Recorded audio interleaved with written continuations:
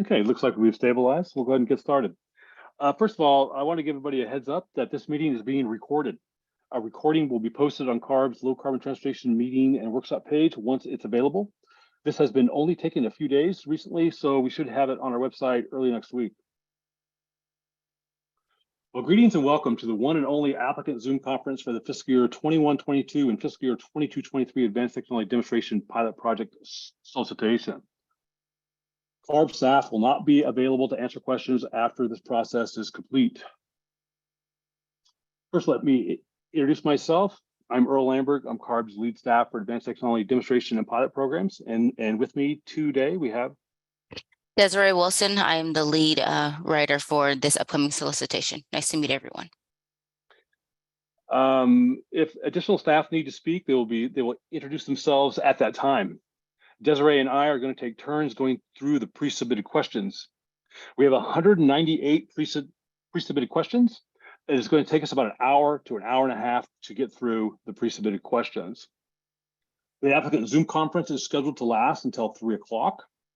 CARB staff has committed to going until 4 o'clock today. We hope to transition to verbal questions after we get through the pre-submitted questions. Our goal today is to get everyone's questions answered. Questions answered today are not final. CARB will make every effort to answer your questions to the best of our ability. However, the answers today may change. Every question pre-submitted and asked today will be assembled into a document that will be reviewed at many levels within CARB and CEC, and answers may be modified or changed based on the review of the document. The document will be posted on our website by September 13th. If it is completed earlier, it will be posted earlier. CARB does not typically send out announcements that the applicant Zoom conference question and answer document is posted, so check that website frequently. We're now going to start reading the pre-submitted questions. Is there a per project funding cap or minimum amount required? Yes, there is a $50 million cap on all project awards, and there is a minimum award of $750,000 for only Green Zones projects. Question: while the project is co-funded by CARB and CEC, do the CEC financial reporting rules apply only to infrastructure-related aspects of projects that include the CEC funding? Answer is yes. Projects that include CEC funding will follow CEC reporting rules for funds under the grant agreement that CEC has with the grantee. Some selected projects may have two grant agreements, one with CARB and one with CEC. The CEC grants will focus on infrastructure components of projects that are eligible under CEC funding.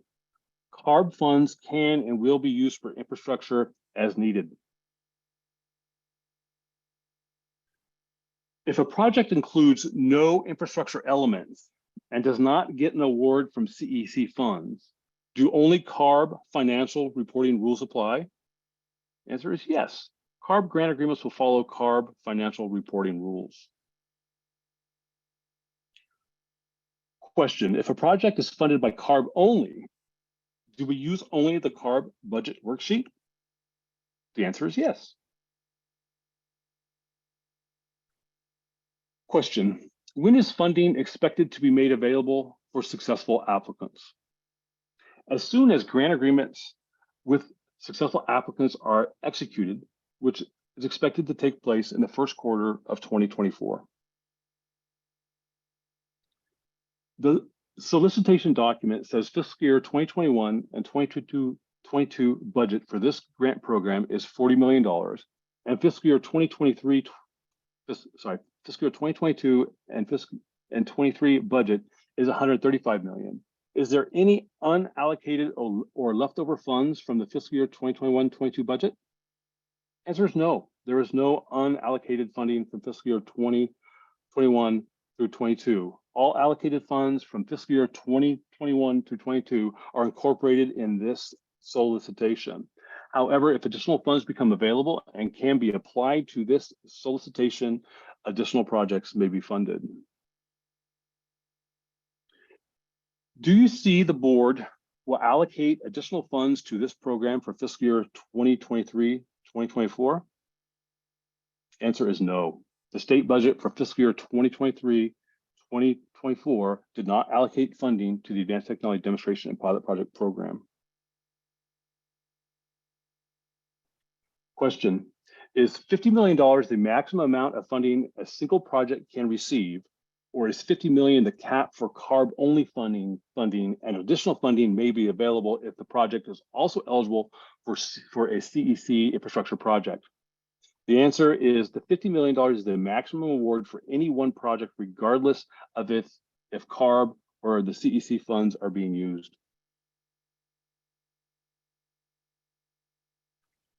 Question, outside of the funding and designation for marine vessels, is there a minimum funding amount for the other proposed project categories? The answer is no. Each of the eligible project categories in the solicitation, besides the commercial hovercraft regulatory compliance funding, does not have a minimum amount of funding. Not all project categories are required to be funded. And I'll turn it over to Desiree for question 10.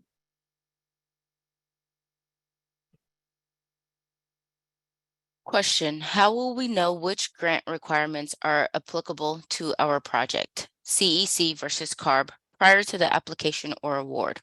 Will the fund source, CARB versus CEC, affect the rules governing the agreement and the project management invoicing process? Applicants will not know if either CARB or the CEC funds will be used to fund their proposed project if selected for funding. If the CEC are used as part of the project, the CEC accounting rules will be followed for all the CEC funds. If CARB funds are used as part of a project, then the CARB accounting rules will be followed for all CARB funds. If both CARB and the CEC funds are used for a project, then both CARB and the CEC accounting rules will be followed.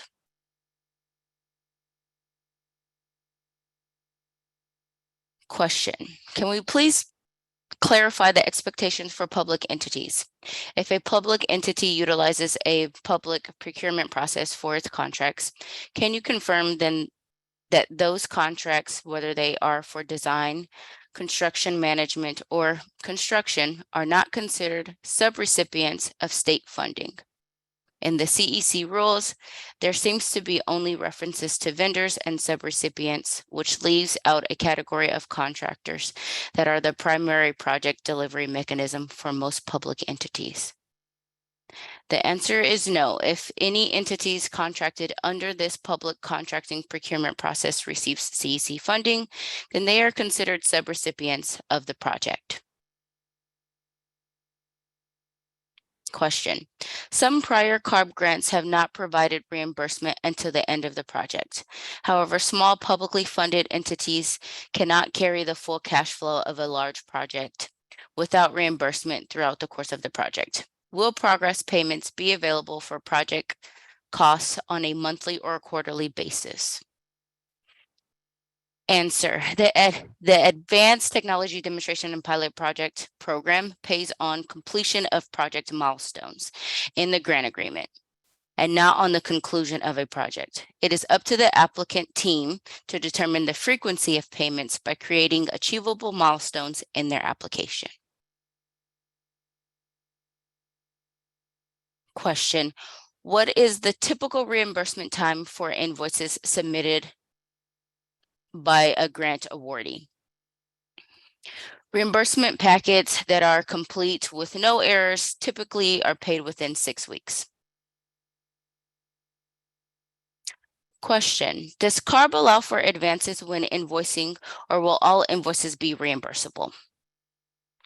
The answer is all invoices will be based on reimbursement, and all applications should be structured solely on a reimbursement basis. But CARB reserves the right to allow for advances. Question, can there be clarification on the definition of a research vessel under the recently released Advanced Technology Demonstration and Pilot Project Solicitation as it pertains to to the purpose-built research vessels and other vessels that perform research work for the $60 million set aside for commercial hovercraft compliance?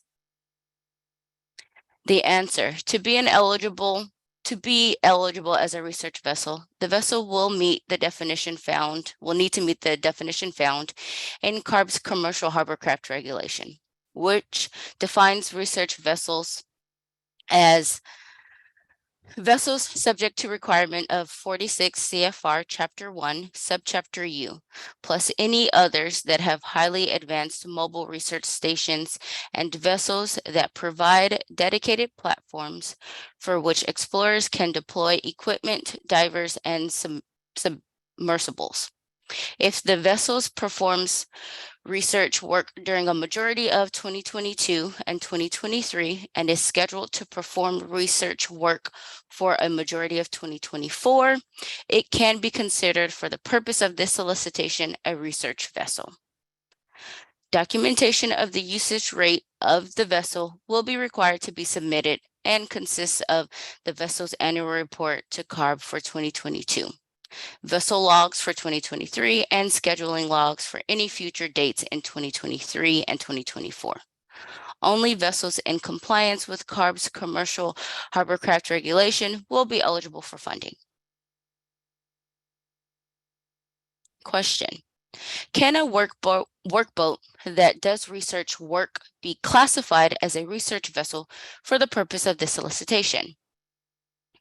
Answer: the classification of vessel category will follow the definition in the Commercial Hovercraft Regulation.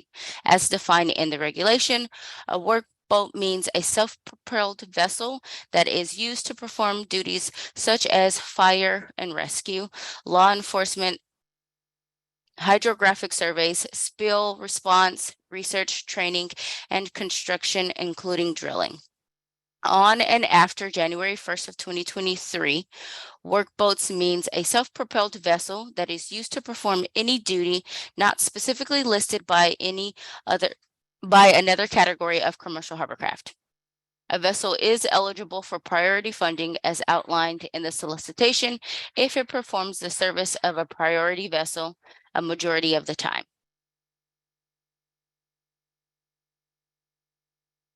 Question: must all annual reporting requirements as stated in subsection O of the Commercial Hovercraft Regulation be satisfied to be eligible for funding? The answer is yes. The annual reports required by CARB need to be submitted and approved by CARB. Additionally, all vessels must be in compliance with CARB's Commercial Hovercraft Regulation in full. Question: are CARB-approved commercial hovercraft regulations required annual reports included in the application for funding a good idea to demonstrate compliance with regulatory reporting requirements? The answer is yes, but only reports that have already been submitted to CARB's Commercial Hovercraft Regulatory section.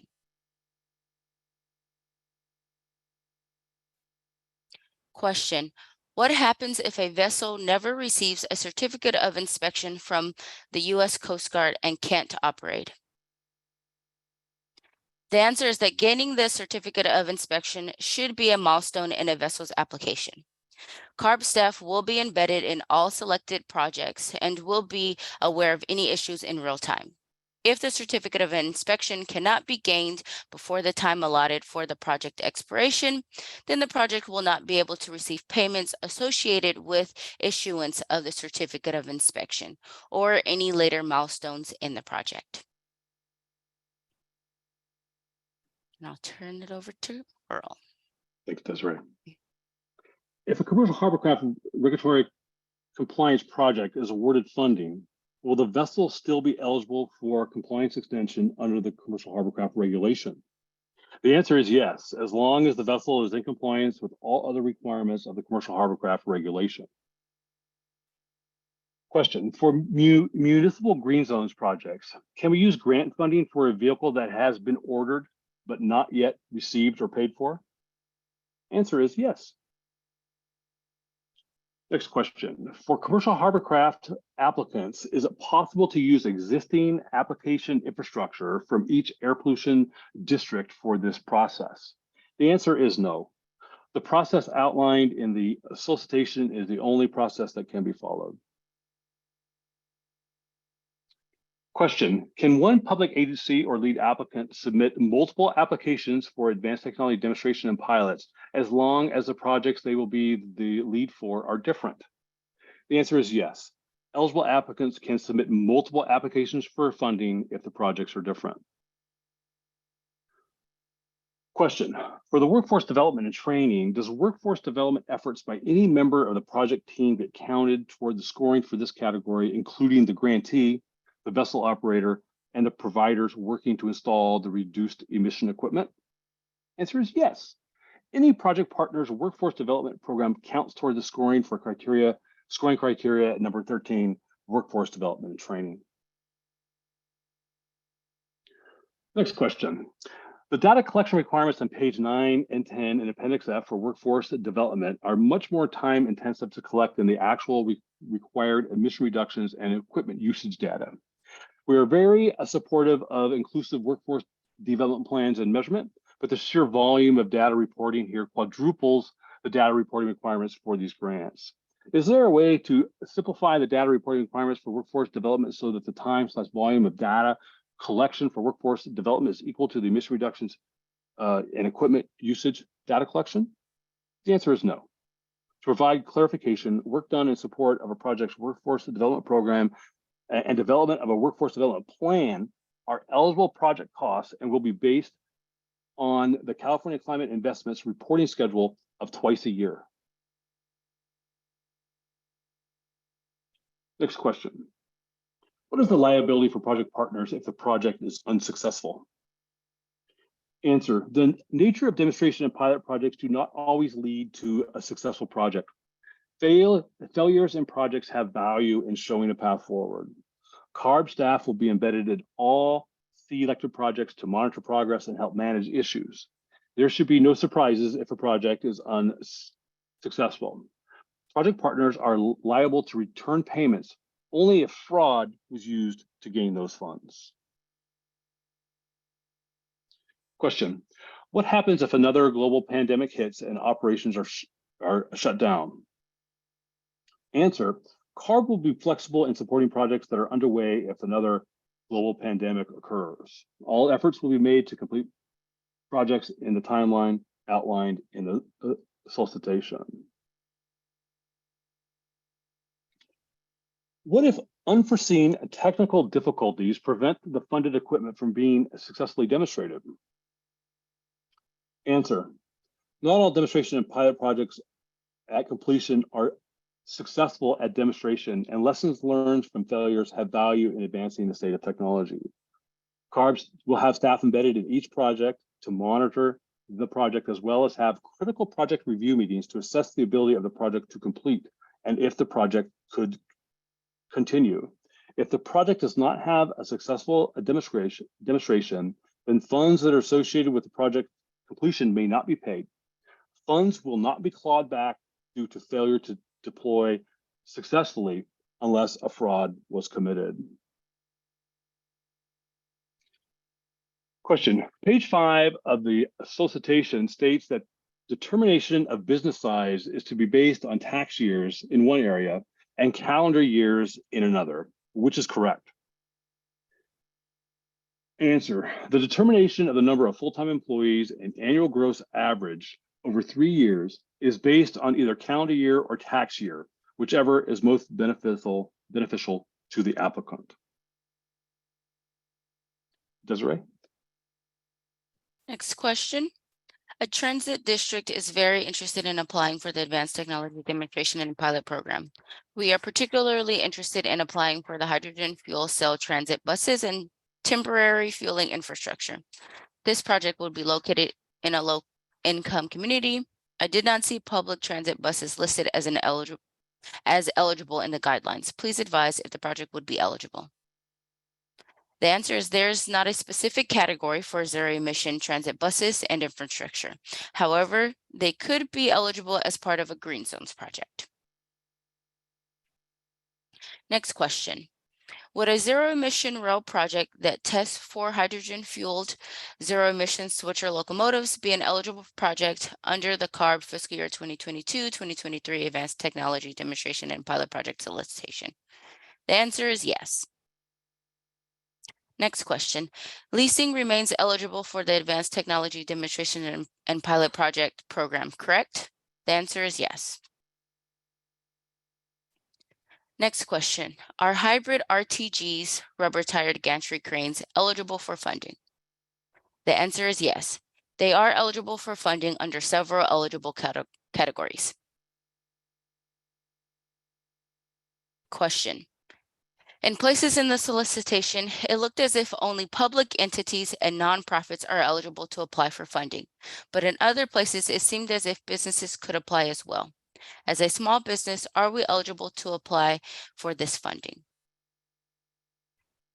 The answer is that private businesses are not eligible to directly apply for funding. They must team with an eligible applicant that are either California-based public entities or California-based nonprofits. Interested small businesses that wish to be a part of an application for funding should team with a qualified applicant to submit their application and commit to administer the project for its duration.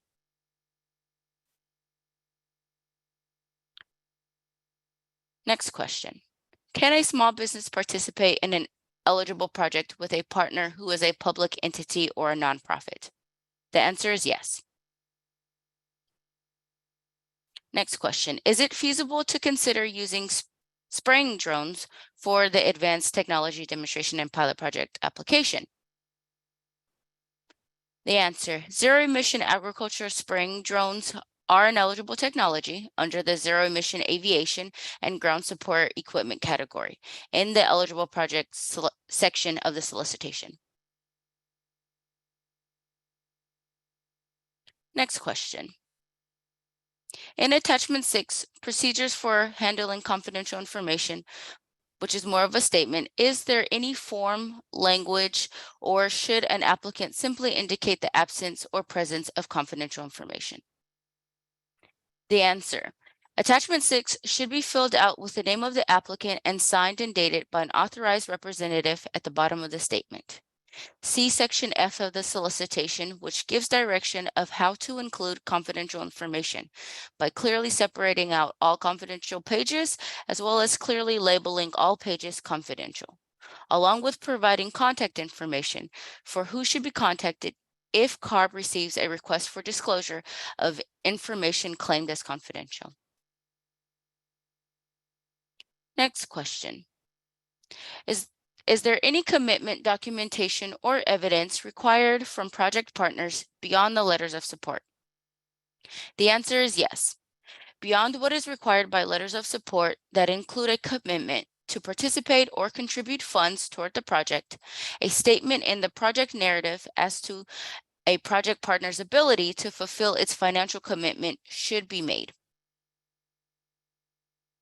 Next question. The solicitation says that green zone applications should attempt to demonstrate more than one technology. So should green zone applicants also be trying to determine the different sizes of the technology deployed to expand the scope of the project? The answer is that demonstrations of different power ranges of zero emission equipment is one strategy that can be used in green zone projects. And I'll turn it back over to Earl. Thanks, Desiree. Question. Page 31 of the solicitation says to see attachment 11 for applicant general qualifications, but attachment 11 is listed on page 27 as a conflict of interest. Answer. There's a typo on page 31 of the solicitation with the reference to Appendix A attachment that is relevant for the scoring criteria number 1, applicant general qualifications. There should not be a reference attachment for scoring criteria 1. Question. Exhibit A, the statement of work, and Exhibit B, the budget forms. Are these forms required? They are listed in the table of contents of the solicitation, but not in the contents for the grant application on page 27.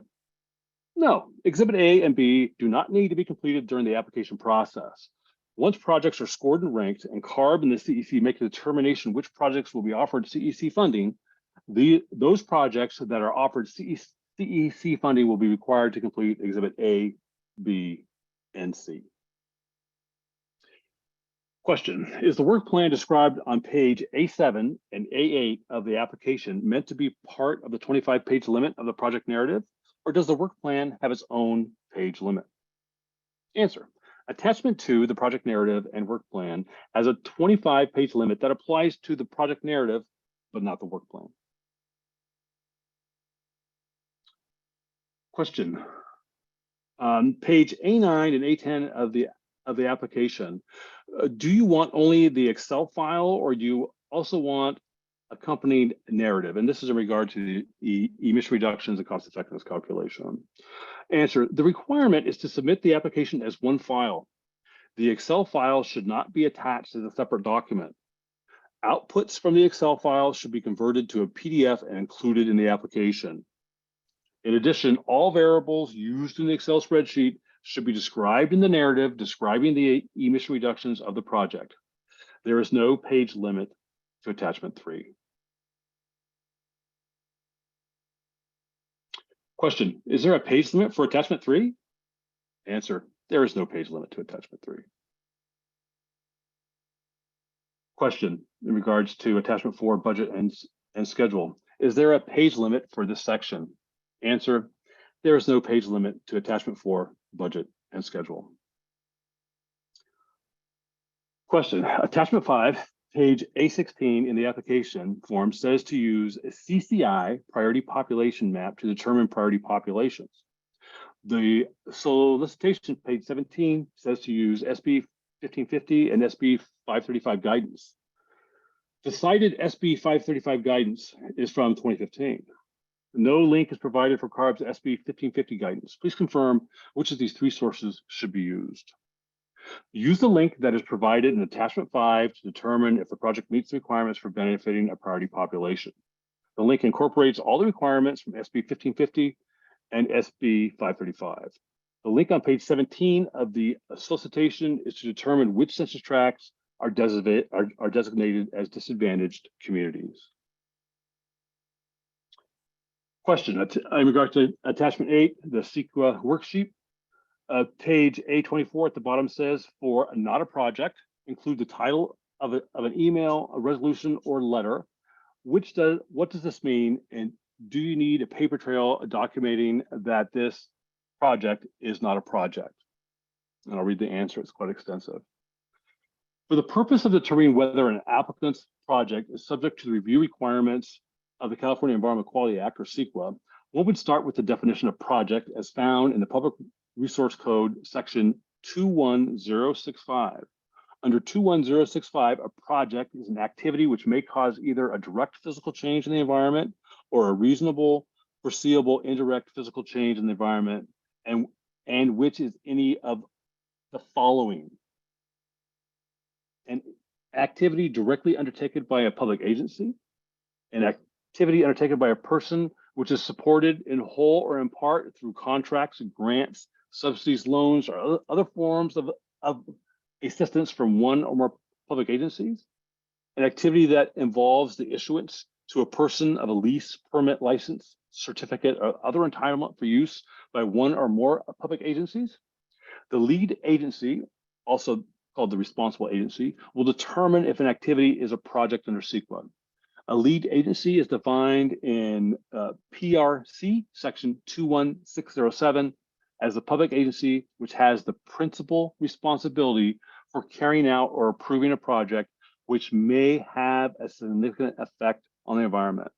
A public agency may be a state agency, a board or commission, or the county, city, and county, city, regional agency, public district, redevelopment agency, or other political subdivision. Please work with the overseeing or approving agency to determine if any project proposed within your application is a project under CEQA. If it is a project under CEQA, then environmental studies and review may be triggered. When you check the box that indicates that this is not a project under CEQA, then you are telling us that the public agency with oversight or approval has determined this to be so. You will need to provide supporting documentation from said public agency to demonstrate this in your application. Question: for projects that purchase and deploy zero emission vehicle technologies, will the lead applicant be responsible for providing reimbursement to project partners, or can CARB provide funding directly to those partners for reimbursement? Answer: the lead applicant, once a project is selected for funding, becomes the grantee. The grantee will submit disbursement requests to CARB or the CEC as appropriate. CARB and the CEC will process requests for payments, and the state controller's office will issue payments to the grantee, who will then provide reimbursement to project partners according to their own sub-agreements. Question: there appears to be a conflict in the project completion and final report due date between the solicitation and the grant agreement. Answer: yes. There is an error in Appendix B sample grant agreement on page 22 under section 9.3 final report. The correct date for project completion as submission of the final report is March 15th, 2027.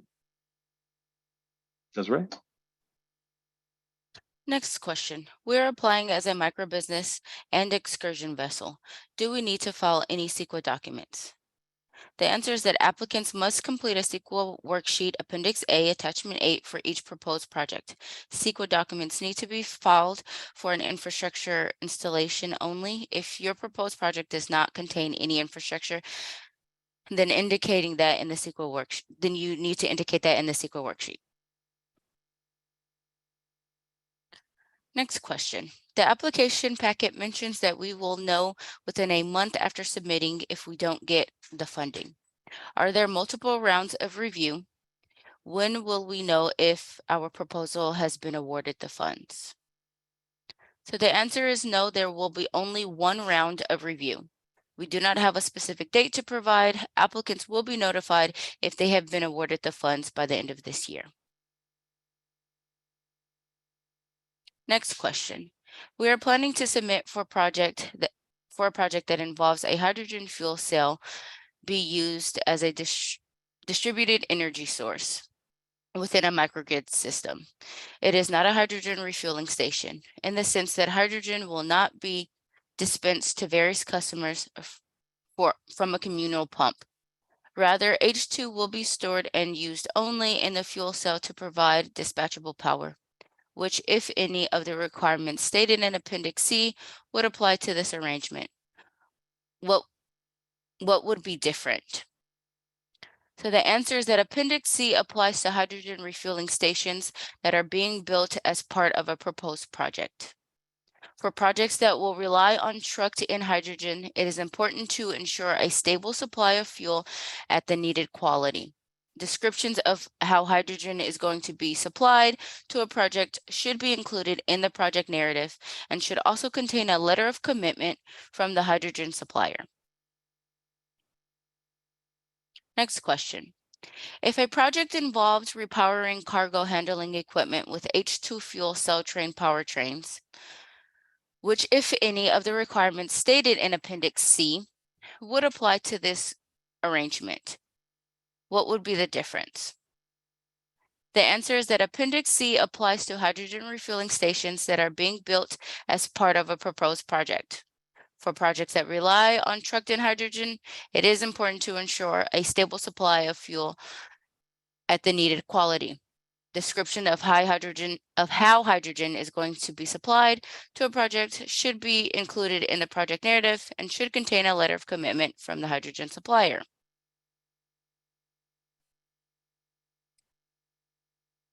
Next question. I'd like to address this paragraph in Appendix C, Section 2. Applications that request funding for proposed hydrogen refueling stations must provide a plan for ensuring that dispensed hydrogen is generated using at least 33% eligible renewable resources, as detailed below.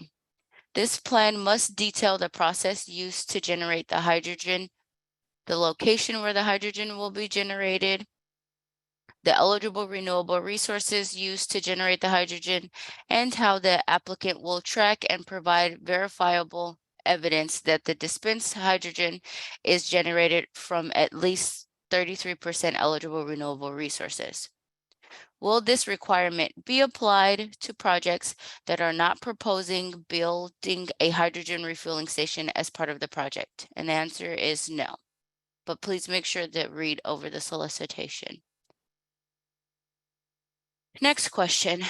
CARB's grant solicitation document states that the following entities are eligible to receive the funding. This competitive solicitation is open to California-based public entities, such as public agencies, municipalities, counties, cities, special districts, or California-based nonprofit organizations with experience in administering large-scale air pollution control projects. Could you provide some more clarity on the types of entities eligible to submit an application? For example, are local air districts and port authorities considered public entities? The answer is that public agencies are local air districts, port authorities, harbor districts, counties, cities, public universities, and any other organization that is supported by public funding and may have a governing board. California-based nonprofits are also eligible and can include not-for-profit entities that have some experience in implementing emission reduction projects, and to also include business associations, private universities, and other non-for-profit enterprises. Question: if an applicant is requesting funding for infrastructure, do they complete and include Exhibit A and Exhibit B, which are the CEC Statement of Work and Proposal budgets, with their application? The answer is no. If a project is selected for funding and CARB and CEC determine that CEC funding will be used, the applicant will be notified that they need to complete Exhibits A and B to move forward with executing a grant agreement with the CEC. Question: how does the CEC determine the value of retrofitted assets? Does the type of retrofit impact value, such as electrifying, upgrading one part of a vehicle versus another? The answer is that the CEC and CARB will not be determining the value of a retrofitted asset. The current value of the retrofitted equipment in the marketplace is considered the value of that asset and should be described in the project narrative. The CEC and CARB have the right, as expressed in the solicitation, to ask clarifying questions during the review process. If a cost associated with a retrofitted asset is in question, additional information can be requested.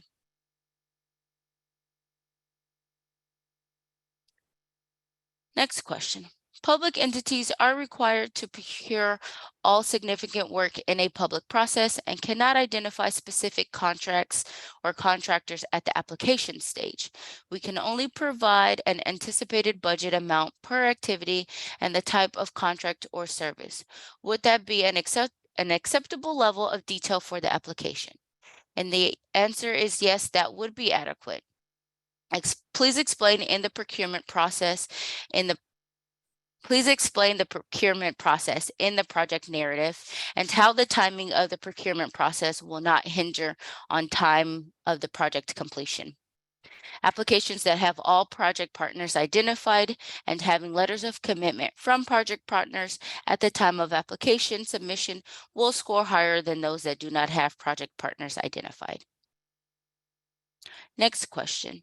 Do CEC contracting conditions only apply if CEC funding is assigned to the project? And the answer is yes, that applicants will not know if CEC funding will be used in support of their project until after the application has been submitted.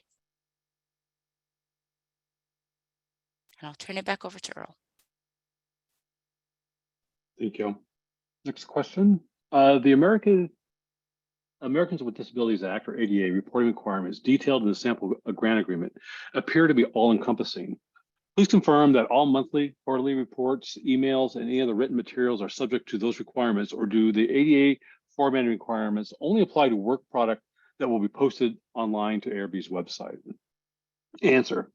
The Americans with Disabilities Act requirements are for all products and services submitted to CARB and the CEC, uploaded or otherwise provided to or funded by CARB or the CEC, and meet the requirements for ADA as outlined in the sample grant agreement in the general provision sections 13.4. Emails between CARB or the CEC and project partners do not need to be ADA compliant. Question, Appendix A. Is the work plan a subset of the narrative and included within the 25-page limit, or is it not included in the limit? The 25-page limit only applies to the project narrative and not the work plan.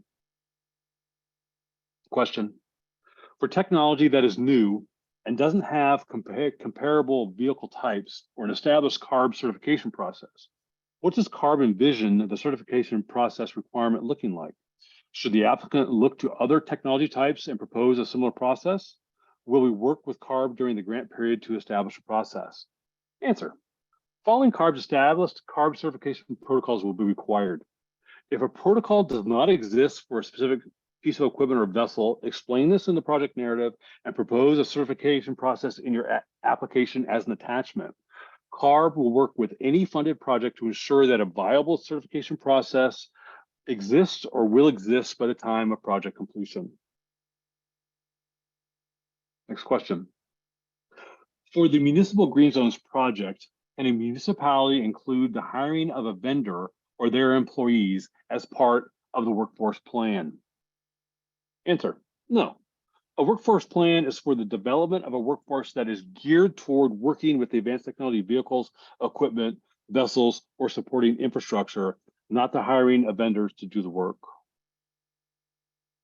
Question, are grantees required to comply with CEC grant terms and conditions, including financial reporting and invoice requirements, only if the project includes infrastructure? Answer is no. Projects that are required to comply with the CEC grant terms and conditions if CEC funds are used to support a selected project. Infrastructure funded by CARB dollars will not require the use of CEC administrative processes. Next question, do CEC requirements apply only to the infrastructure portion of a project? Answer, only if CEC funds are used to support the infrastructure portion of the project. Next question, for the cost of a vessel build, does CARB expect the labor for the build and materials for the build to be captured in the labor and materials section of the budget, or can the bid provided by the builder be captured in one lump sum under the equipment category of the budget? The labor and materials cost for the boat builder should be cited as one number unless the boat is being built by the end user. Next question, does electrical power go under miscellaneous for the budget? Answer, no. Create a task in the budget that is for electrical power usage. Next question, do tenant fees go under miscellaneous for the budget? Answer, no. Create a task in the budget for tenant fees. Next question, does CARB want to see a separate line items in the budget for commercialization plans, and should these be itemized? Answer, if the commercialization plans will be a funded milestone in the proposed project, then there should be a separate line item in the proposed budget. Desiree? Next question, please clarify the reimbursement schedule and the association to milestones and what is required to request payment. Answer, there is no set reimbursement schedule. Reimbursement can be requested throughout the duration of the project if the grantee has a reimbursable milestone. Next question. In the document titled Appendix A Application, the sample budgets shown on page A14 and A15 are not consistent with the budget template files that are available on the program website. Those Excel sample files are CEC budget templates and not at all the CARB instructions. Please advise which budget form should be used. So the answer is for the purpose of this application, please use the sample budget shown on page A14 and A15. The budget template located on the website is the CEC budget template and will only be utilized if a project is awarded funded by the CEC. Question, can you please confirm if references and staff information tables are required for all project team members, or are they required for just the applicant entity? The answer is that key project personnel from all project partners should be identified within references and resumes. Question, will the applicant be penalized in the scoring if they do not mention the exact model function of some pieces of demonstration equipment if their purpose is well described in the narrative? The answer is yes. A detailed description of equipment that is being funded should be included in the project narrative. Question, members of CARB's advisory group cannot be project participants or provide letters of support or references. Can you please clarify if the working group providing input before issuance of the solicitation is considered a CARB advisory group? Is there a list of the CARB advisory groups? The answer is no. The working group providing input is not considered a CARB advisory group, and unfortunately, there is not a list of CARB advisory groups.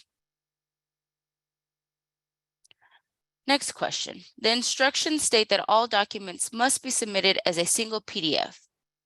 How should the GHG calculator be submitted as an Excel spreadsheet?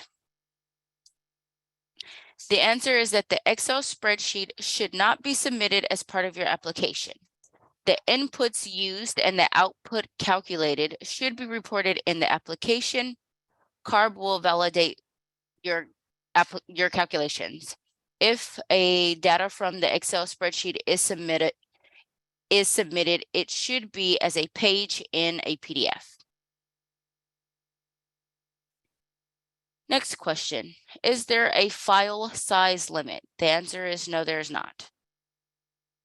Next question, do all potential employees that contribute resources, for example, time, expertise, and labor, considered as match contribution to a project need to be specified or known in advance, or can they be added as needed in subsequent phases? The answer is that they do not all need to be specified or known in advance, although an applicant that can show all designated personnel in advance may score higher than an applicant that cannot. The next question. Are proposals complying with one-time AB 179 retrofit exempt from long-term workforce and hiring commitments? The answer is that there are no long-term workforce or hiring commitments in the solicitation. However, there is a workforce development plan that is required to be submitted and will be implemented during the term of the project. Next question. What professional liability risk exists for grantees? The answer is that grantees are responsible for the day-to-day operation of the project and are responsible for any match commitment from a project partner that drops out of the project. Grantees are scored in future solicitations based on past performance. And I'll turn it back over to Earl. Thanks, Desiree. Next question. Regarding budget, how much flexibility does CARB want to see in an application to demonstrate the applicant's ability to potentially increase or decrease a proposed budget based on their feedback post-review? Answer, regarding the budget, an applicant should show their budget based on their desired project size, detailing in the project narrative the ability to scale a project up or down. Next question. On the financial calculator, if the vessel will be supplied with electricity from 60 or 100% renewable electricity, should one put electricity or renewable electricity in the calculator? If the project uses 100% renewable electricity, select REN-ELECT, which is RENELEC as the fuel type. If not 100% renewable, select ELECT, which is ELEC. In your documentation, please state the percentage of renewable electricity used. CARB staff may use this information to manually adjust your project's greenhouse gas emission reduction benefits accordingly. Next question, on the financial calculator, how does one calculate the cost of baseline technology? For example, on a 1995 John Deere 4045 EPA Tier 2 engine or a 1975 Detroit Diesel EPA Tier 0 671, how does one assign a baseline cost? What about the transmission and other equipment removed? Any guidance on what to put in the cost for baseline technology will be helpful. Answer, baseline engines are what is currently the cleanest available now. So your costs are going to be based on what is currently available now, not the cost for the equipment that's installed on the boat at this moment. Next question, on the financial calculator in column C for the project type, would a vessel with a 100% electrical system and no generator be classified as a hybrid system? Answer, no, it would be a zero emission vessel. Next question, on the financial calculator, is there a recommended length for the project? Is this the life of the equipment or the time for the demonstration period? Is there a minimum or maximum project life? Answer, calculations should be performed during the term of the project, assuming a 2-year life, and calculated 2 years after the project ends with a useful life of at least 10 years, or what the current requirements for useful life are in the Carl-Moyer program. See Appendix D, quantification and methodology of the solicitation for details on all the different scenarios that need to be calculated for a successful application.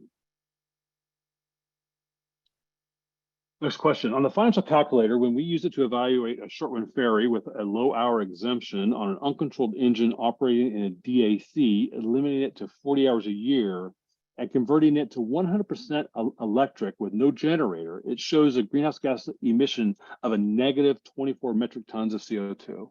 How is this going from an uncontrolled engine to 100% electric vessel increase CO2 emissions? This makes all the corresponding cost-effective numbers negative too. Answer, the emission reductions from such a product would indeed be expected to be positive. Please ensure that information entered into the correct fields for the baseline engine and replacement engine, as well as the subfields for propulsion and auxiliary engines. If there are no auxiliary engines, leave that section blank. Please also check the units for hourly fuel consumption.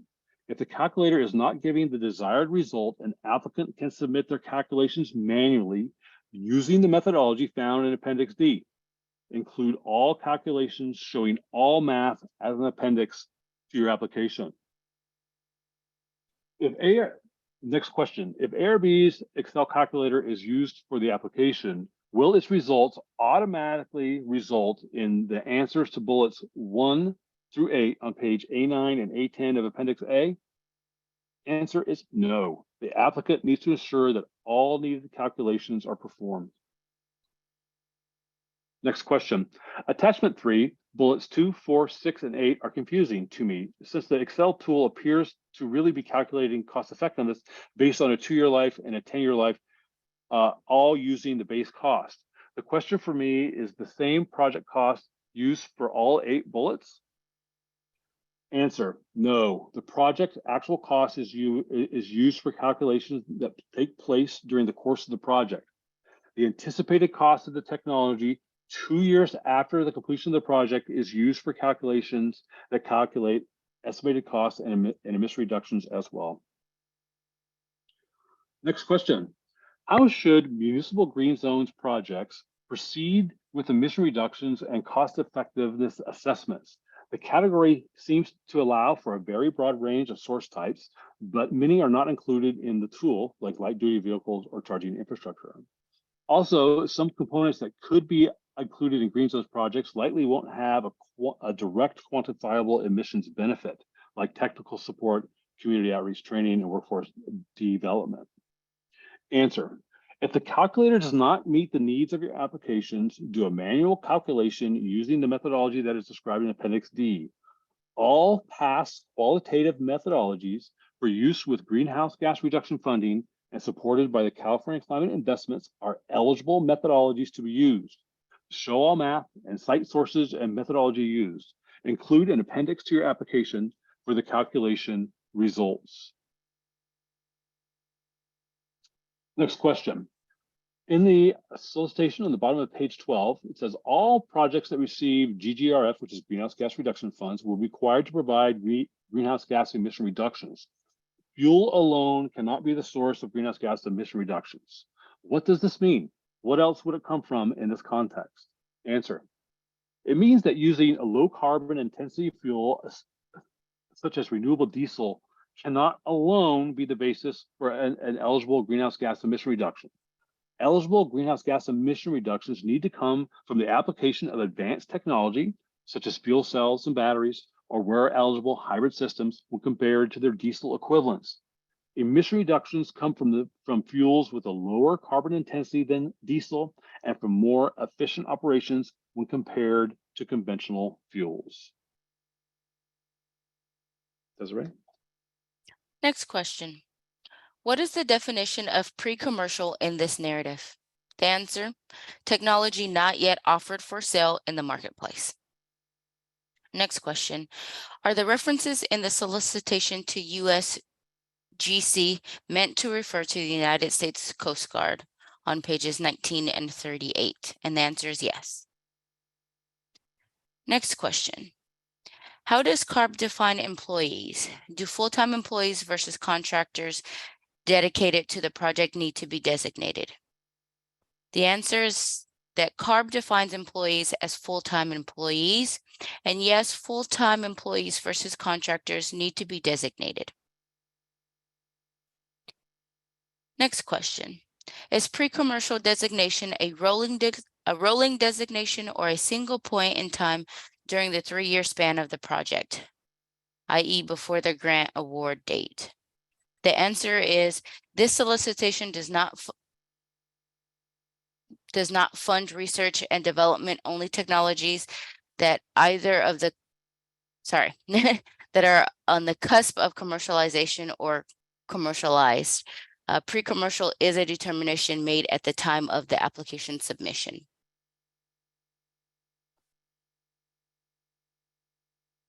Next question. The scope of work section states that projects that contain zero-emission trucks must meet the minimum range requirement of at least 150 miles per day. Does this mean that the truck must have a range of at least 150 miles, must be operated at least 150 miles per day, or does it mean something else? The answer is that the zero-emission truck must be capable of traveling 150 miles in a day and can use the assistance of opportunity charging to achieve that goal. Next question. In the solicitation, page 10 talks about participation of the technology developer. Will this be required for green zone applications? If so, would this be the vendor or the manufacturer? The answer is that participation of the technology developer in a specific project is contingent upon the type of project that is being proposed. Demonstration of pre-commercial technologies should in most cases involve the manufacturers of those technologies, while projects that propose the use of commercially available technologies may not necessitate wide-scale manufacturer involvement. Next question. For a green zone application that seeks to replace traditionally fueled medium heavy-duty vehicles used by maintenance staff in the power and water sectors, in addition to vehicle and charging infrastructure, would the construction of new crew quarters be eligible? This would be a new small building that would be used for meetings, for maintenance staff, workforce development, and storage of maintenance staff's personal items while they are in the field, like a locker room.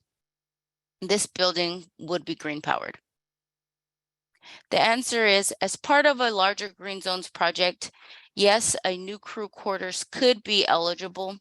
In the application, clearly demonstrate the connection between the new crew quarters and the goals of the Green Zones project, like breaking down barriers to zero emission adoption.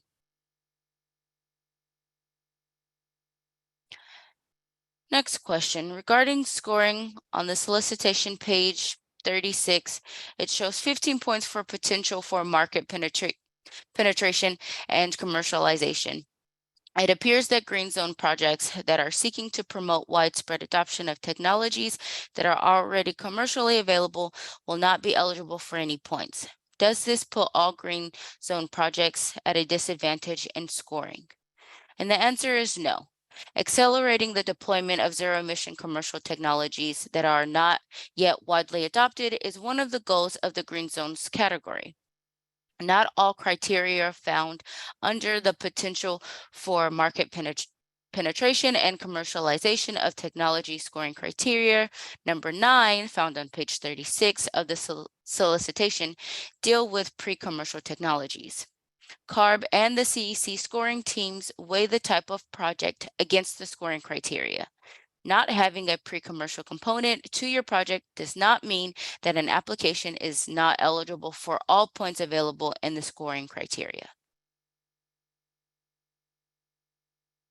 Next question. For the municipal green zones category, is there a length of time municipalities are expected to retain technologies acquired under the grant for, say, 5 years, 20,000 miles, 250 hours, etc.? And the answer is the expectation for project life in a municipal green zone is contingent on what equipment is being deployed. Contractual obligations regarding the disposition of equipment is not described in the solicitation.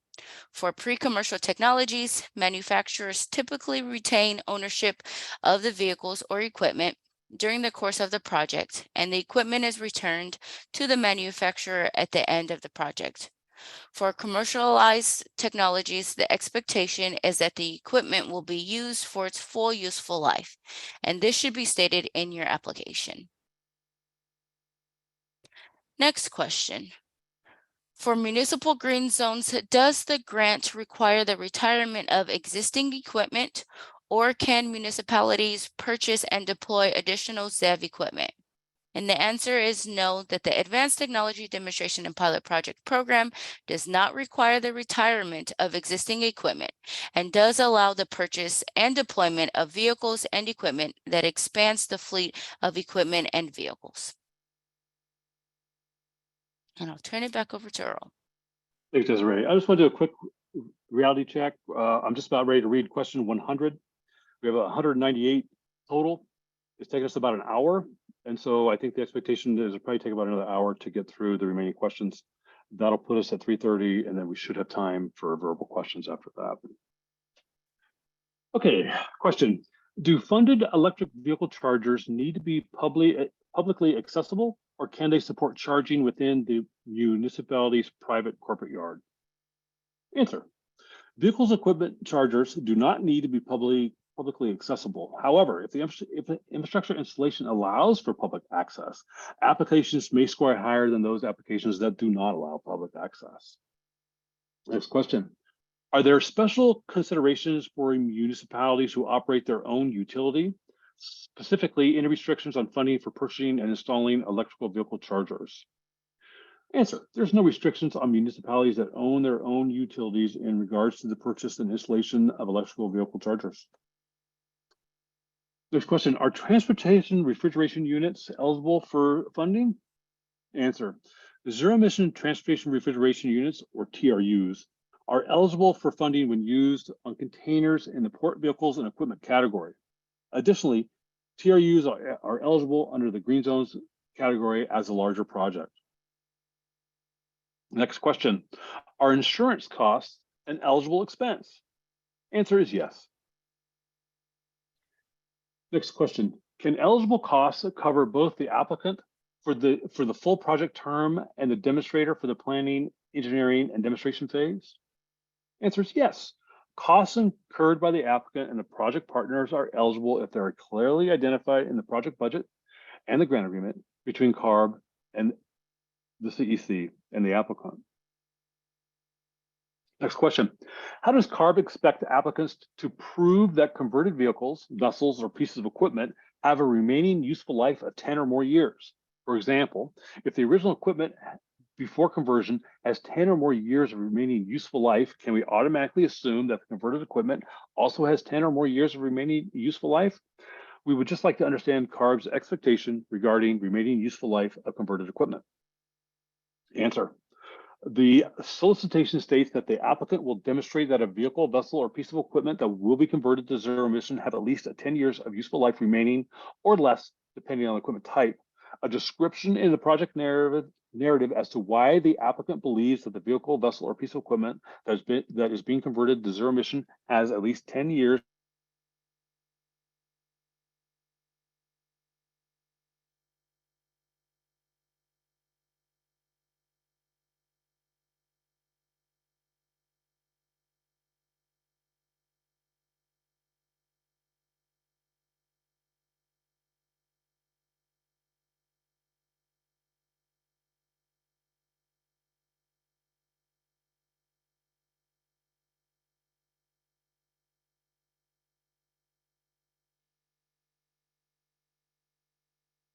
Okay.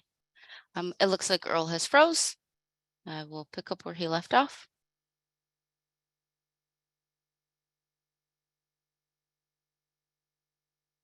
So I will restart with the question. How does CARB expect applicants to prove that converted vehicles, vessels, or pieces of equipment have a remaining useful life of 10 or more years? For example, if the original equipment before conversion has 10 or more years of remaining useful life, can we automatically assume that the converted equipment also has 10 or more years of remaining useful life? We just would like to understand CARB's expectations regarding remaining useful life for converted equipment. And the answer is that the solicitation states that the applicant will demonstrate that a vehicle, vessel, or piece of equipment that will be converted to zero emission have at least 10 years of useful life remaining or less, depending on the equipment type.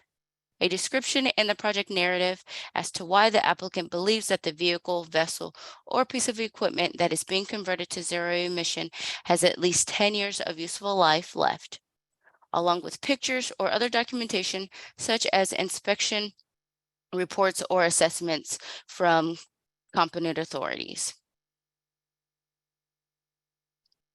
Next question. Can these funds be used for new construction of an electric excursion vessel for a microbusiness?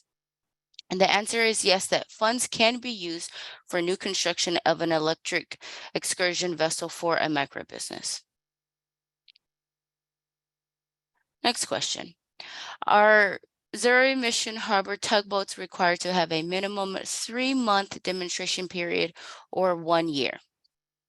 And the answer is if applying for the Commercial Hovercraft Regulatory Compliance Funding, then the minimum demonstration period is 3 months. However, CARB expects longer demonstration times for more advanced technology projects. As an example, a marine vessel's combustion engine repower using a CARB-certified engine does not necessitate the same field demonstration duration as a new build zero-emission ferry.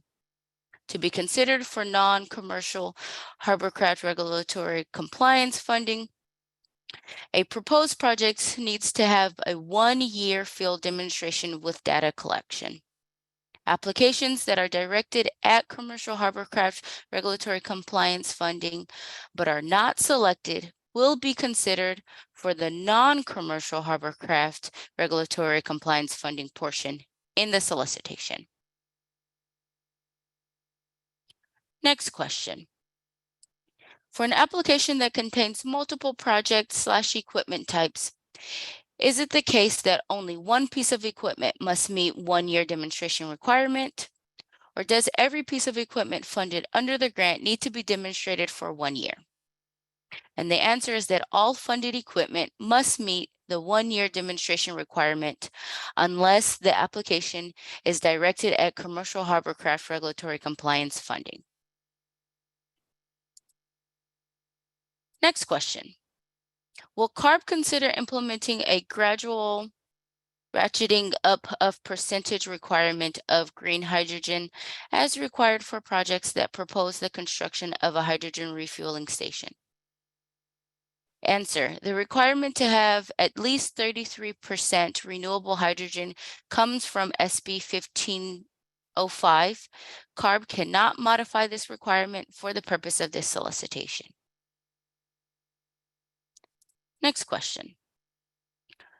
Are retrofits only allowable on commercial hovercraft, or do they apply to other eligible vehicle applications? The answer is that retrofits, meaning the replacement of one combustion technology for another, are eligible in 3 categories: the commercial hovercraft regulatory compliance funding, the modular powertrains for cargo handling equipment, and the Green Zones project.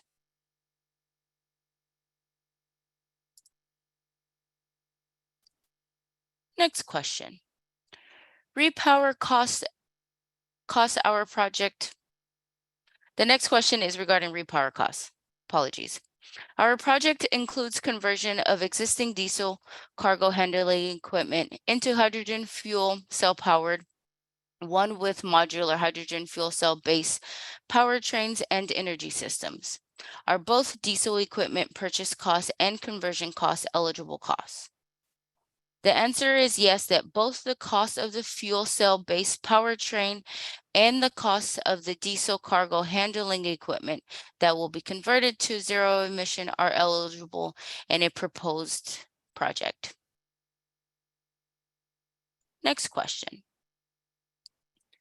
Can a single project be eligible for multiple project categories defined in the solicitation? Can a single project be eligible across multiple funding years and multiple project categories? And the answer is yes. There is no limit to the number of eligible categories that an applicant can apply for in a single application.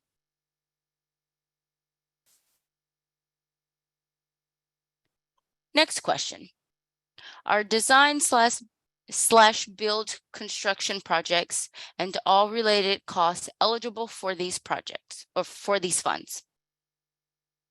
And the answer is that construction of infrastructure to support projects or buildings to service or house equipment or vehicles or other needed structures as part of a larger project are eligible under this solicitation.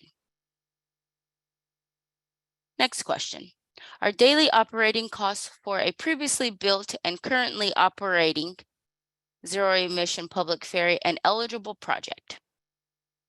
And the answer is no, not as a standalone project. However, if the application is seeking funding under the Resilient Zero Emission Vessel Charging Project, then an existing zero emission ferry and its operation are an eligible project category. Next question. On page 14 and 15, please provide the reference indicated by the highlight. I could not find it within the regulation. Projects in this category will score higher if they're located in or benefit a priority population, either as defined by CalEnviro's Green 4.0 or as defined in CARB's Commercial Hovercraft Regulation.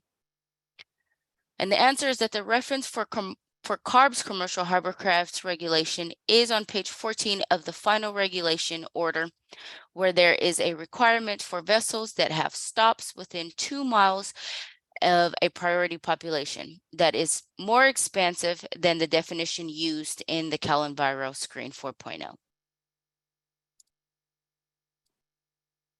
The next question. Since tugboats are not eligible for AB 179 funds, their minimum demonstration life is 12 months. Is that correct? And the answer is yes. The next question. For an infrastructure-only project, meaning that equipment using the station is not being funded by the grant request, how should applicants address Attachment 3 requirements in Appendix A? Or must applicants include equipment that will use the fuel station as part of their overall project so that some emission reductions can be assigned overall to the total project?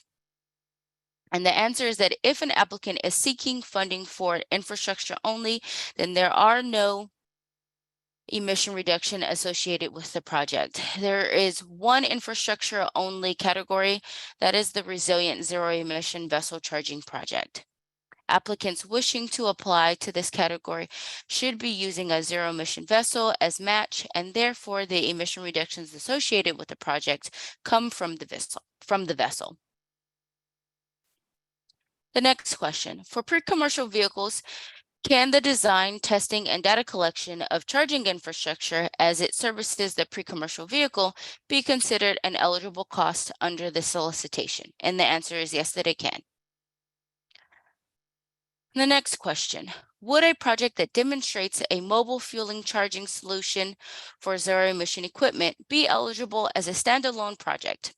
The proposed project would not include funding for zero emission equipment, only the mobile fueling / charging equipment. The potential project would propose deployment of these mobile fueling charging units at rental companies, with the end users being a variety of zero emission off-road, construction, agriculture, on-road equipment operators throughout the region. And the answer is that an infrastructure-only project without an identified end user will not score as well as an application that has end users already identified and committed to the project. And with that, I will turn it back over to Earl. Thanks, Desiree. And I'll do the next 20, give you a break, and then we'll go back to 10.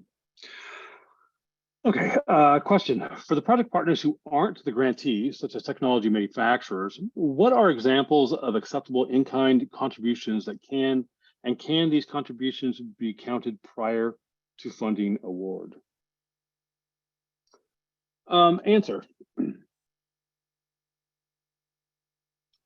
In-kind contributions from project partners need to be, sorry, I didn't have a prepared answer for this question for some reason.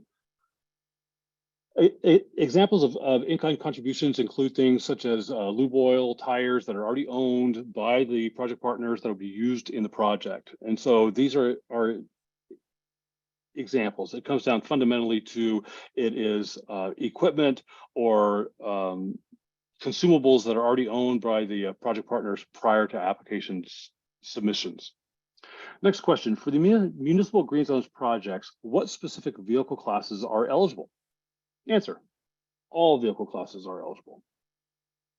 Next question, for municipal green zones projects, is there a specific vehicle class that is preferred? Answer, no.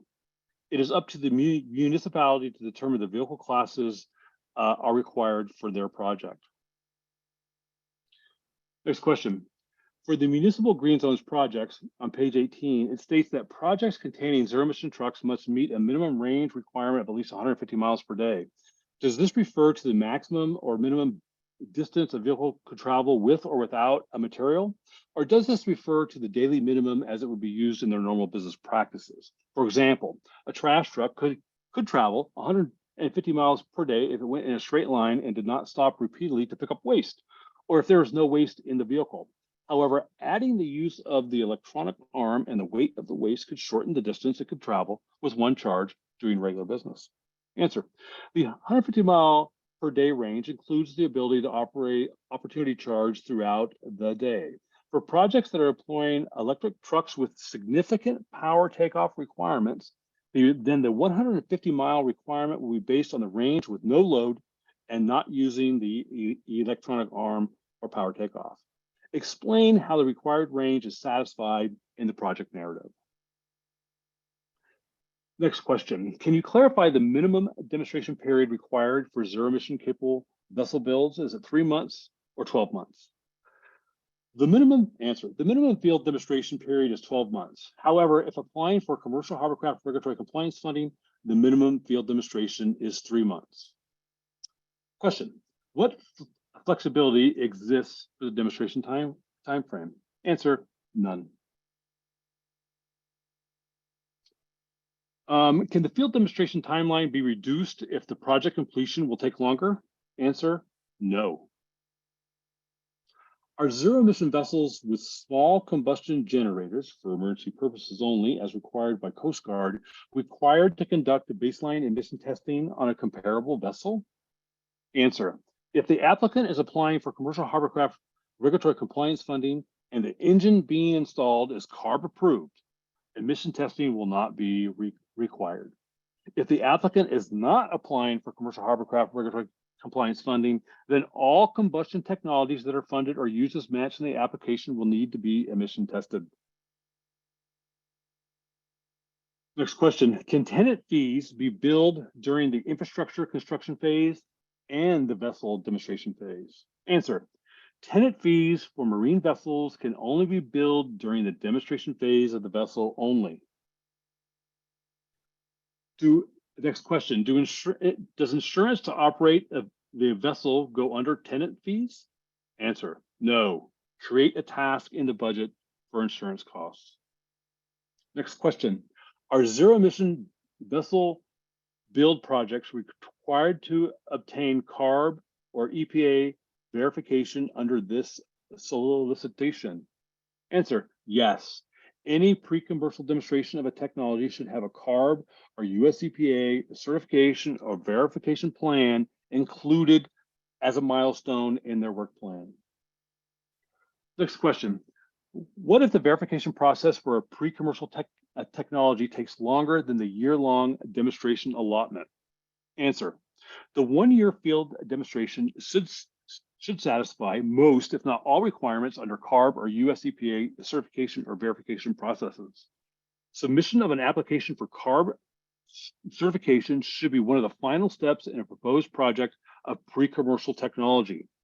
If the verification process takes longer than the time allocated in the grant agreement, every effort will be made to extend the project. However, there is no guarantee of a project extension for any project, regardless of the issues surrounding a delay.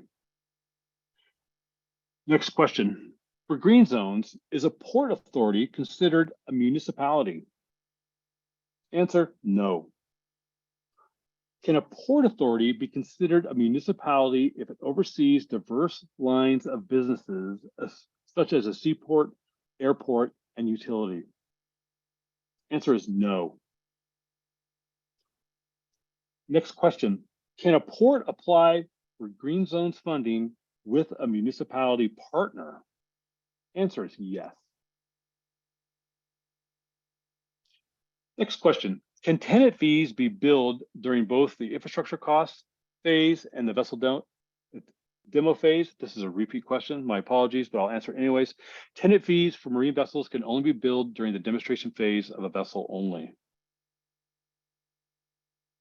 It looks like we have a couple duplicate questions. Next questions: are zero emission vessel build projects required to? That's another duplicate question. My apologies.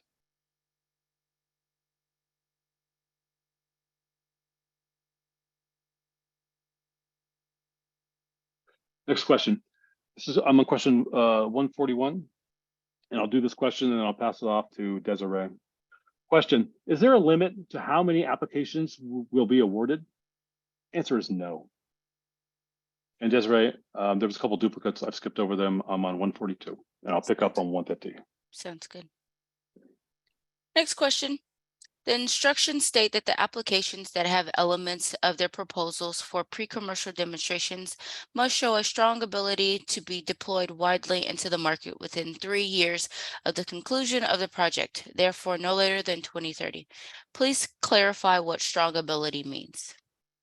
And the answer is that strong ability to be deployed in the marketplace would be indicated in the application, and clear to the review team that the application makes a compelling case that the technology has the ability to be deployed widely in the marketplace through drivers like regulatory compliance, economic benefits, or other reasons that end users would adopt the proposed technology over incumbent technologies like diesel combustion. Next question. Please confirm the minimum demonstration period for equipment deployed under the program, as well as the minimum period of data collection that is required. And the answer is that 1 year minimum is for both the demonstration period and the data collection. The only exception is for the project supported by the AB 179 funding for the commercial hovercraft regulatory compliance, which is a minimum of 3 months. Next question. Would other companies using key technology in successful operations meet the requirement for pre-commercial demonstrations? Example is a gasifier using biomass as feedstock. And the answer is that no, there is not a requirement that technologies funded under this solicitation only be pre-commercial. This solicitation funds both pre-commercial and commercialized technologies. Next question. Are technologies that reduce emissions eligible? For instance, would an anti-idling pilot program for emergency vehicles be eligible? And the answer is that an anti-idling pilot could be part of a larger green zones project.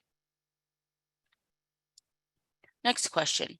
Are emerging hydrogen production technologies and refueling equipment eligible for application on their own, so as long as their project location benefits disadvantaged communities? And the answer is no. Infrastructure alone is not an eligible project. Vehicles, vessels, or equipment need to be identified in the application that will use any hydrogen infrastructure. Next question. If we received letters of support from surrounding counties and cities on their use of our hydrogen, would this qualify as a municipal green zone, or would we need to partner with, for example, another hydrogen or EV project to qualify? And the answer is no. A green zones project should be municipality centric. Next question. Does this grant allow for portions of the total project to be funded during the grant timeline ending in 2027? For example, if the proposed grant scope is design, permitting, and equipment procurement for facility, and all these tasks will be completed in 2027, is it acceptable to have construction commissioning of the facility occur post-2027 if this is excluded from the proposed grant scope? And the answer is no. Funded projects must have an actual field demonstration of a technology. Next question. Does this grant allow for research and development of emerging technologies for hydrogen production? For example, costs associated with patent development, lab testing, lab equipment for improvements on existing equipment, which would yield higher efficiencies on hydrogen production. This includes technologies that are not commercially available and still in the development phase, but will be commercially available at least 3 years after the end of the project, as well as technologies that are currently commercially available. The answer is yes, if part of a larger project that will use the advancement in hydrogen production. Turn it over to Earl. Thank you. Next question. If key technology is already at a higher TRL level, like 7, 8, or 9, does there need to be evidence of a successful demonstration or pilot projects? Answer, no. If the technology is commercially available, it is considered commercialized. Next question. For municipal green zones, what is the expected timeline for placing purchased zero emission vehicle technology into service? Some of these vehicles are being delivered on long timelines, so placing them into immediate service may be challenging. Answer: all funded pieces of equipment, vehicles, and vessels that are not applying for AB 179 commercial hovercraft regulatory compliance funding need to have a 1-year field demonstration. Projects need to be completed by March 15th, 2027, but the draft final report will need several months review before CARB can approve. Therefore, the last date that a vehicle or piece of equipment should be deployed is no later than the end of 2025. There are no guarantees that a project will be able to get a time extension. Next question. Are there any operational, location, or time restrictions for the operation of vessels that receive grant money after the project is completed? Answer, no. Next question. Can CARB provide examples of sources of greenhouse gas emission reductions other than fuel, as referenced on page 12 of the grant solicitation? Answer: use of the advanced technology like fuel cells or battery systems would be an example where greenhouse gas emission reductions are based on more than just the fuel source. Just relying on the use of renewable diesel fuel used in a CARB certified engine for greenhouse gas emissions will not be allowed. Next question. Can CARB clarify what is meant by modular powertrains and energy systems as referenced on page 13 of the grant solicitation? Answer. Modular in the context of being eligible for the modular zero emission cargo handling equipment demonstration category, as explained on page 13 of the solicitation, refers to the ability of a powertrain to be swapped out as technology advances to make the piece of equipment cleaner over time without having to redesign the piece of equipment.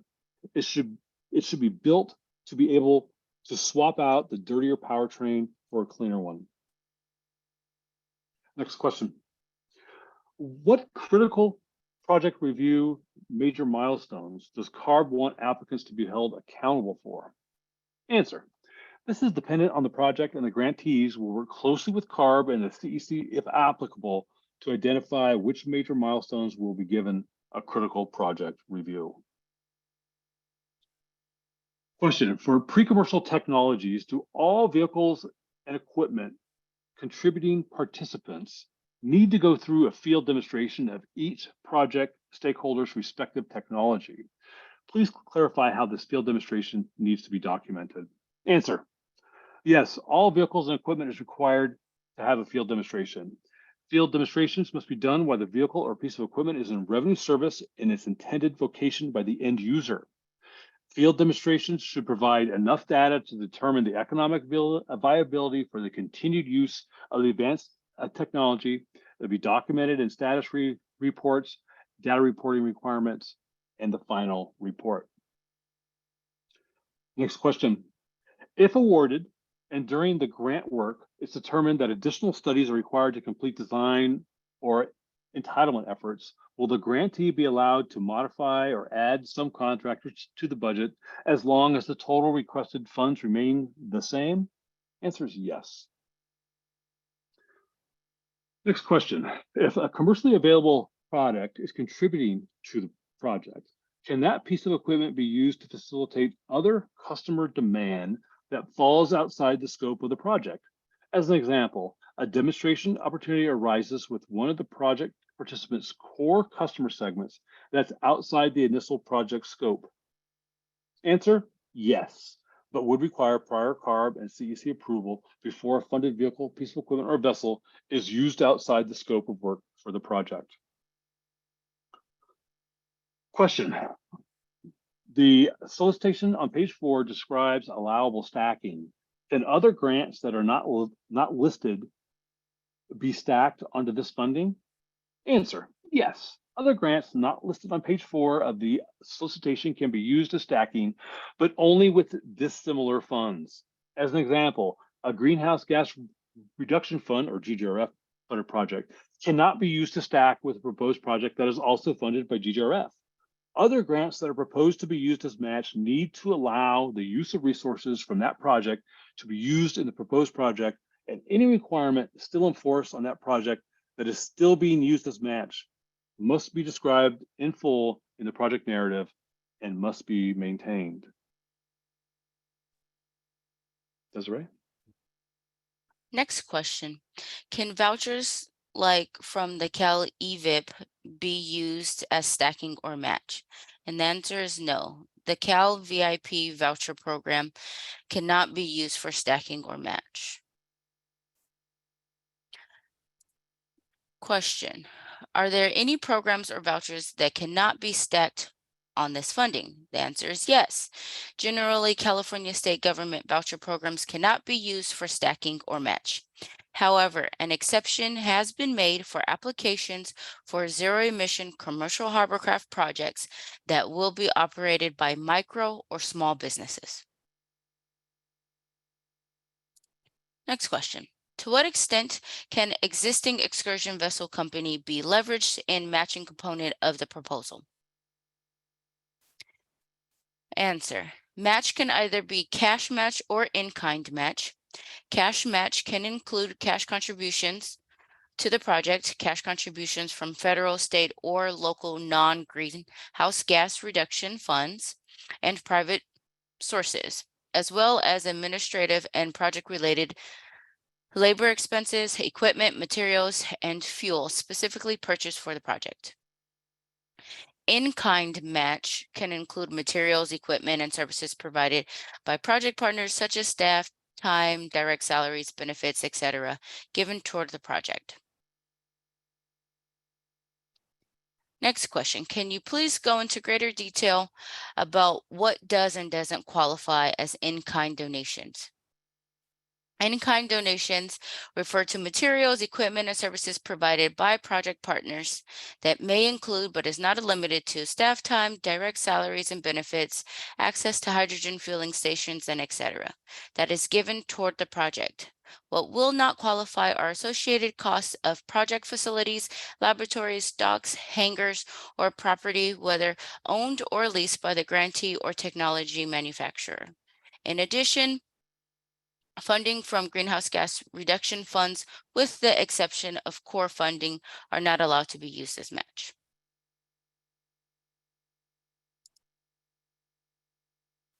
Next question, can you please describe the differences in-kind versus cash match dollars? The difference between in-kind and cash match is based on when the funding is being used. In-kind match refers to assets that the proposed project partners already own before the start of the project. An example of in-kind match would be consumable that a project partner keeps in stock, like lube, oil, or tires, if purchased before the start of the project and included in the application and applied as match, it would be in kind. Cash match is where, after the start of the project, a project partner is using cash to contribute to the completion of a project milestone in the grant. That is cash match. Examples of cash match are using project partner funds to pay for a portion of grid electricity used to charge a zero-emission piece of equipment during the course of the project and according to the project's grant agreement with CARB. Employee salaries during the execution of the field demonstration to facilitate data collection can be considered cash match. Next question. Please clarify how the applicable matching funds will be determined. Is it solely based on the size of the business for the end user or primary technology developer, regardless of size and/or type of other project partners? The answer is that the required match is determined by the main end user or main technology developer, not everyone who is a project partner. Next question. Is there a match requirement for public entities? The rules only speak to businesses and gross receipts.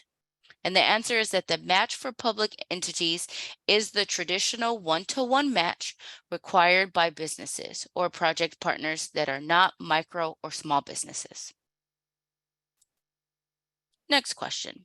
If a project includes a piece of equipment as match funding, but the project and thus the associated grant request is for infrastructure only, can the applicant claim emission reductions associated with the equipment, even though it is only match? And the answer is yes, emission reductions will be counted for the whole project. CARB, the CEC, and the project partners funding and match included. Next question. On page 5, there's a requirement that only applications that meet the minimum match amount will be scored, and applicants must show proof of business size, with a statement in the project narrative as to the average annual gross receipts and number of employees over calendar years 2020, 2021, and 2022. Do applicants who are not trying to qualify for micro or small business status also have to prove business size and provide gross receipts specified in red? So the answer is no. Only the applicants that seek to qualify as a micro or small business need to submit documentation as to the business size.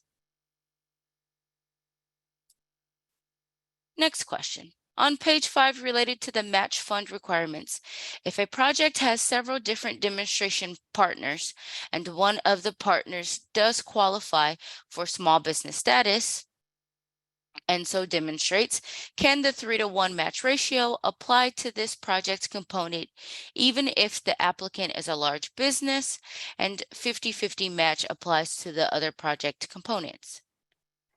The answer is yes. The match that is assigned to the micro or small business can use the reduced match requirement for those business as part of the larger application that includes larger project partners that do not qualify for the micro or the small business reduced match.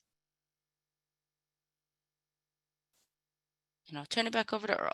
Thank you. Thanks, Desiree. Next question. On page 6 of the solicitation, please confirm that GGRF funds for non-commercial hovercraft projects may not be used as match funding, period.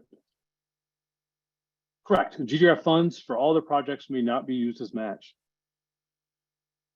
Next question. To operate new and novel rail vehicles on the general U.S. rail network in a demonstration or pilot project, the host railroad will need to work with the Federal Railroad Administration, or the FRA, to approve the proposed project. This process requires the creation of an application that describes a project, operating principles, and safety mechanisms that must be formally submitted to the FRA and approved prior to the service start. The approval only applies to the proposed project location and doesn't guarantee operations elsewhere in California or out of state. Assuming this effort takes place after full execution of the grant agreement, would these administrative activities be considered eligible for in-kind match funding? Answer, yes. Costs associated with FRA approval processes that take place after grant execution can be eligible as in-kind match funding. Question. For the municipal green zones projects, can you confirm if the 50% match requirement is applicable to municipalities of over 500 employees? Answer. Municipalities need to meet the 50% match requirement regardless of size. Next question. Can you clarify what constitutes a cash match? Are all expenditures incurred after the grant contract is signed considered cash? Answer, yes. Cash match are contributions from project partners after the grant agreement has been executed and as outlined in the grant agreement. Question, is staff time to develop programs, policies, or public outreach processes eligible for grant funding, and/or can it be counted toward match funding? Answer, staff time to implement milestones, such as development of programs, policies, and outreach in a grant agreement are eligible for either direct reimbursement or as match funding. Time spent developing an application are not eligible for reimbursement or match. However, after an award has been issued for a specific project, the applicant's time to execute the grant agreement, resolve SQL requirements, and other administrative activities required to start the project can be considered as match funding in the application. Next question. For a green zone application whose end user might be a city's Department of Public Works, how do we determine the match? Is it based on employee size of the department or the city? Answer, typically the match requirement for advanced technology demonstration pilot projects has a 1-to-1 match. For this solicitation, CARB introduced some match flexibility for California-based micro and small businesses only. Public agencies should use the traditional 1-to-1 match requirement for all project partners that are not micro or small businesses. Next question. The guidance on page 5 is geared toward business size and not public agency size. How should a public agency consider the match requirement? Typically, the match requirement for advanced technology demonstration and pilot projects has a 1-to-1 match. For this solicitation, CARB introduced some match flexibility for California-based small and micro businesses only. Public agencies should use the traditional 1-to-1 match requirement for all project partners that are not small or micro businesses. Next question. Our company does not appear to fall into any of the 3 descriptions for match fundings that are found in the solicitation. Are we able to participate? Yes. A business's income level or number of employees is not a criterion to determine eligibility. Next question. The solicitation on page 5 states regarding minimum match requirement based on business size, all other businesses, non-California based businesses of any size or California-based with more than 100 employees and more than $15 million in annual gross receipts over the last 3 tax years, match requirement is a minimum of 1-to-1 match or 50% of the total product cost. That seems to exclude businesses that have less than 100 employees, but more than 15 million in annual gross receipts. Answer: there's an error in the solicitation on page 5. The above statement should read, all other businesses, non-California based businesses or any size or California based with more than 100 employees or more than $15 million in annual gross receipts over the last 3 tax years. Match requirement is a minimum of 1-to-1 match or 50% of the total project cost. Desiree? Thank you. Next question. What is the grantee's liability for match, project completion, and project deliverables? The answer: the grantee will be liable for making the match contribution if project partners fail to fulfill their commitment. The grantee is responsible for ensuring project completion and project deliverables. However, funds will not be clawed back due to failure to complete the project unless fraud was committed. Finally, CARB scores projects based on past performance. Poor performance by a grantee in a prior project will hinder their ability to get funding for demonstration and pilot projects in the future. Next question. Are tenant fees an eligible cost for reimbursement or match? Yes, tenant fees are eligible as cash match or for reimbursement if the fees are beyond what is currently being paid to support the existing business operation, and only for the duration of the data collection period. Tenant fees are not eligible as in-kind match. Next question. Can a charging facility already completed and functional be considered for match funding? What about a yet to be completed facility that will be operational within the project timeline? The answer is no. An existing charging facility cannot be used as in-kind match funding. However, the existence of the station and the fact that it will be used for the project reduces the overall cost and risk of the project, and therefore scores better than projects that propose the building of a recharge station. Next question. Will a yet to be completed recharge facility that will be operational within the project timeline be considered as match?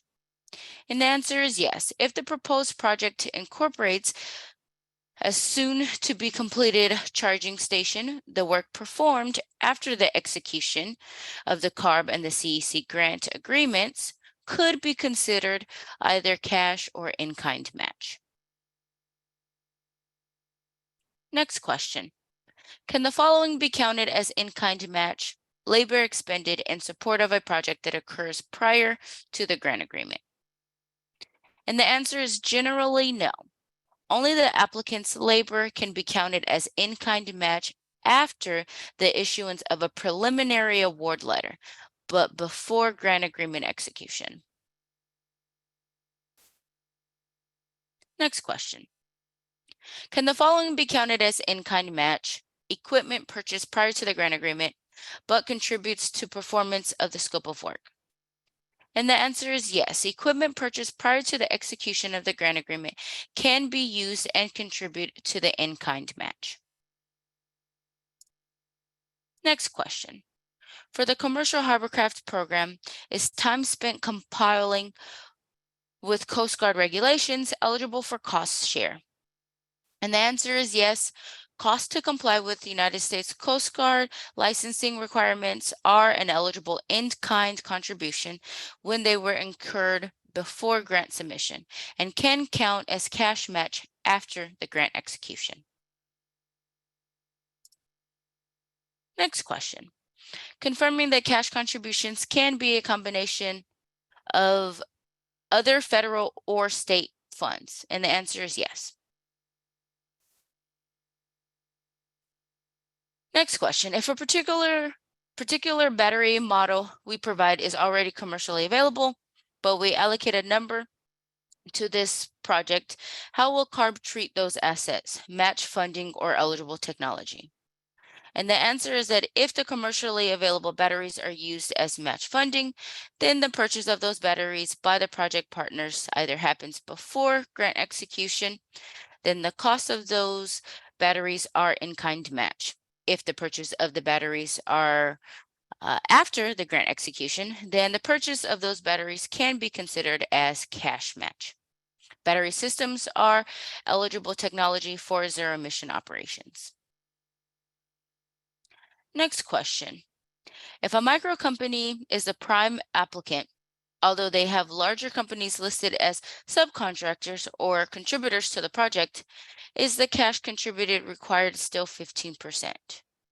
And the answer is that if the micro company is the identified end user or primary technology developer in the grant application, regardless of their project partners, the match contribution would still be 15%, with 10% needing to be a cash contribution. And I'll turn it back over to Earl. Great, thank you. We should be on our last group of 10 questions. Are the insurance limits outlined in the solicitation required for each boat owner as well as the Commercial Hovercraft Association? The insurance limits outlined in the solicitation are for all project partners. If a Commercial Hovercraft Association is a project partner, then they are required to carry the insurance.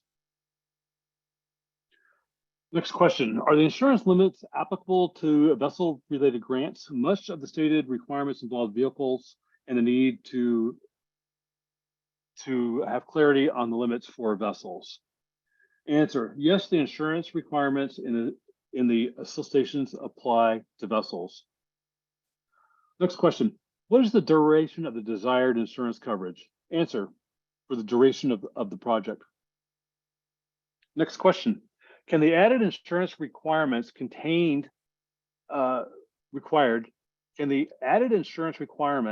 be billed to the grant? Answer is yes. Next question, is crime insurance necessary? Answer, yes. Next question, is cyber security insurance necessary? Answer, yes. Next question, the insurance requirements in Appendix B are out of reach for most vessels. Has anyone confirmed that the insurance in these limits actually exists for their application? Answer, insurance requirements are for all project partners. Applicants should have a budget item for insurance. The sample grant agreement that outlines the insurance requirements for all projects. Insurance is not required to be purchased at the time of application submission, but before grant agreement execution. If insurance requirements for a specific project are erroneous, then modifications can be made on a case-by-case basis. Next question. If the insurance rates are cost prohibitive or unattainable, is there room to negotiate a lesser rate or to identify practical insurance needs? Answer, yes. After the preliminary award letter is issued, negotiations as to required insurance requirements can result in changes to the insurance requirements. Have an insurance budget item in your application that would cover all insurance costs to fully comply with the requirements outlined in the solicitation. Last question. Who should we contact for information on port operations in detail? Answer, port operators and businesses that service the ports. And that is the conclusion of the pre-submitted questions. And so with that, I'd ask Matt to open it up for verbal questions if there are any. Matt?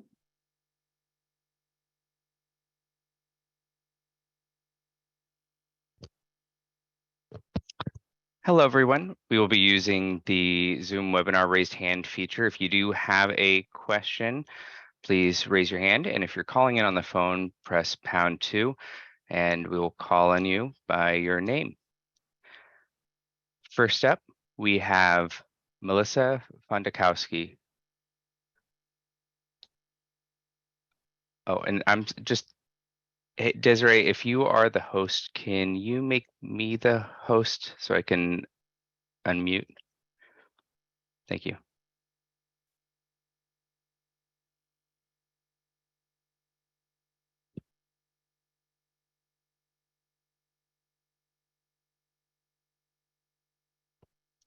Okay, Melissa, your line is unmuted. You may need to unmute yourself as well. Please state your name and affiliation before starting your question. Can you hear me okay? We can. Great, thank you. Melissa Fondakowski from San Francisco Environment. And this is a two-part question about green zones. If we are applying for a green zones grant, can multiple agencies doing a variety of equipment transitions, demos, or pilots be included? For instance, Recreation and Parks Department and DPW, that all take place within the green zone's boundary. And then the sub question is, because some of the land in a green zone will be private and or residential property, can we utilize an incentive program to distribute funds to small scale landscaper businesses to transition their equipment and test the viability of transitioning these businesses to electric equipment? Melissa, the answer to both of your questions is yes. Yeah. Great, thank you. Sure. Okay, next question. Our next question comes from Jennifer Raupak. Jennifer, please state your name and affiliation.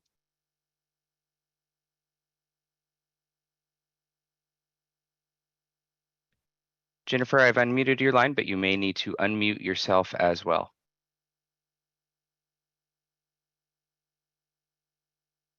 I'm sorry, I don't have a question at this time. Thanks. Not a problem. Thank you.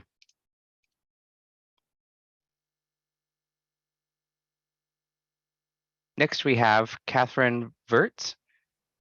Catherine, unmute yourself. Please state your name and affiliation. Catherine Wirtz with KEW Grant Services. My question is regarding the match for all other businesses. It says the total project cost is the sum of CARB's contribution and the sum of any match that is being applied. So it would be a 1-to-1 or 50% of the total project cost. Is there any way a federal match would increase that 1-to-1 match requirement, or is it strictly 50% is the most you can receive from any fund? Well, Catherine, there is the ability, if you're a micro or small business, to have a reduced match. So that'd be the only way to reduce that 1-to-1 match. The match that we state is the minimum match. If there's additional dollars, feel free to add. If you go beyond the minimum match requirement, your project will score better than those applications that just submit with the minimum match. Great, thank you. Sure. Next, we have James Dumont. James, please unmute yourself, state your name and affiliation. Thank you. Hi, Matt, Earl, and Desiree. Thank you for this webinar today. This is James Dumont with Crowley Maritime Corporation. I have 3 questions if I can. First, may projects achieving successful vessel demonstrations also propose of funding additional vessel engineering design activities, which may not result in construction of this program, that would support other future vessel decarbonization efforts? James, I'll answer that question first. Is generally no. We want to be able to fund the actual actions of the actual demonstration project. Now, if there's activities that you think that are really important that will facilitate broader commercialization, you can have a commercialization milestone with activities that take place during the course of the project. Okay, excellent. Next question: could multi-vessel and or multi-port projects request funding that spans multiple project categories? The funding categories, that is. Yes. Cool. And lastly, does the 12-month demonstration requirement apply to all vessels or pieces of equipment funded, or is that applied to only just one of the vessels or piece of equipment funded has to at least achieve a 12-month demonstration? All funded pieces of equipment, either funded by CARB CEC or as match, needs to have a 12-month field demonstration together. The only modification to that is for funding that is going to commercial hovercraft regulatory compliance funding. The field demonstration time is 3 months.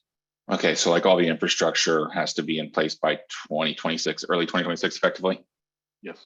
Okay, cool. Thank you. That's it. Okay. Our next question comes from Yasunari Onodera. Your line is now unmuted. Okay, thank you, Matt. This is Yasu Onodera from Kyoto Tsusho America, Inc.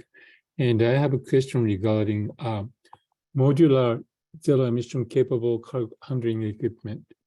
And it was mentioned that the modular powertrains and the energy system must be swappable. And my question is how easily swappable it should be. I still feel some ambiguity in the definition of swappable.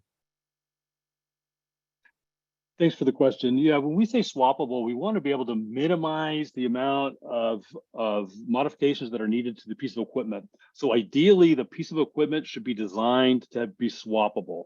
Now, does that mean that it's just plug in and pull out?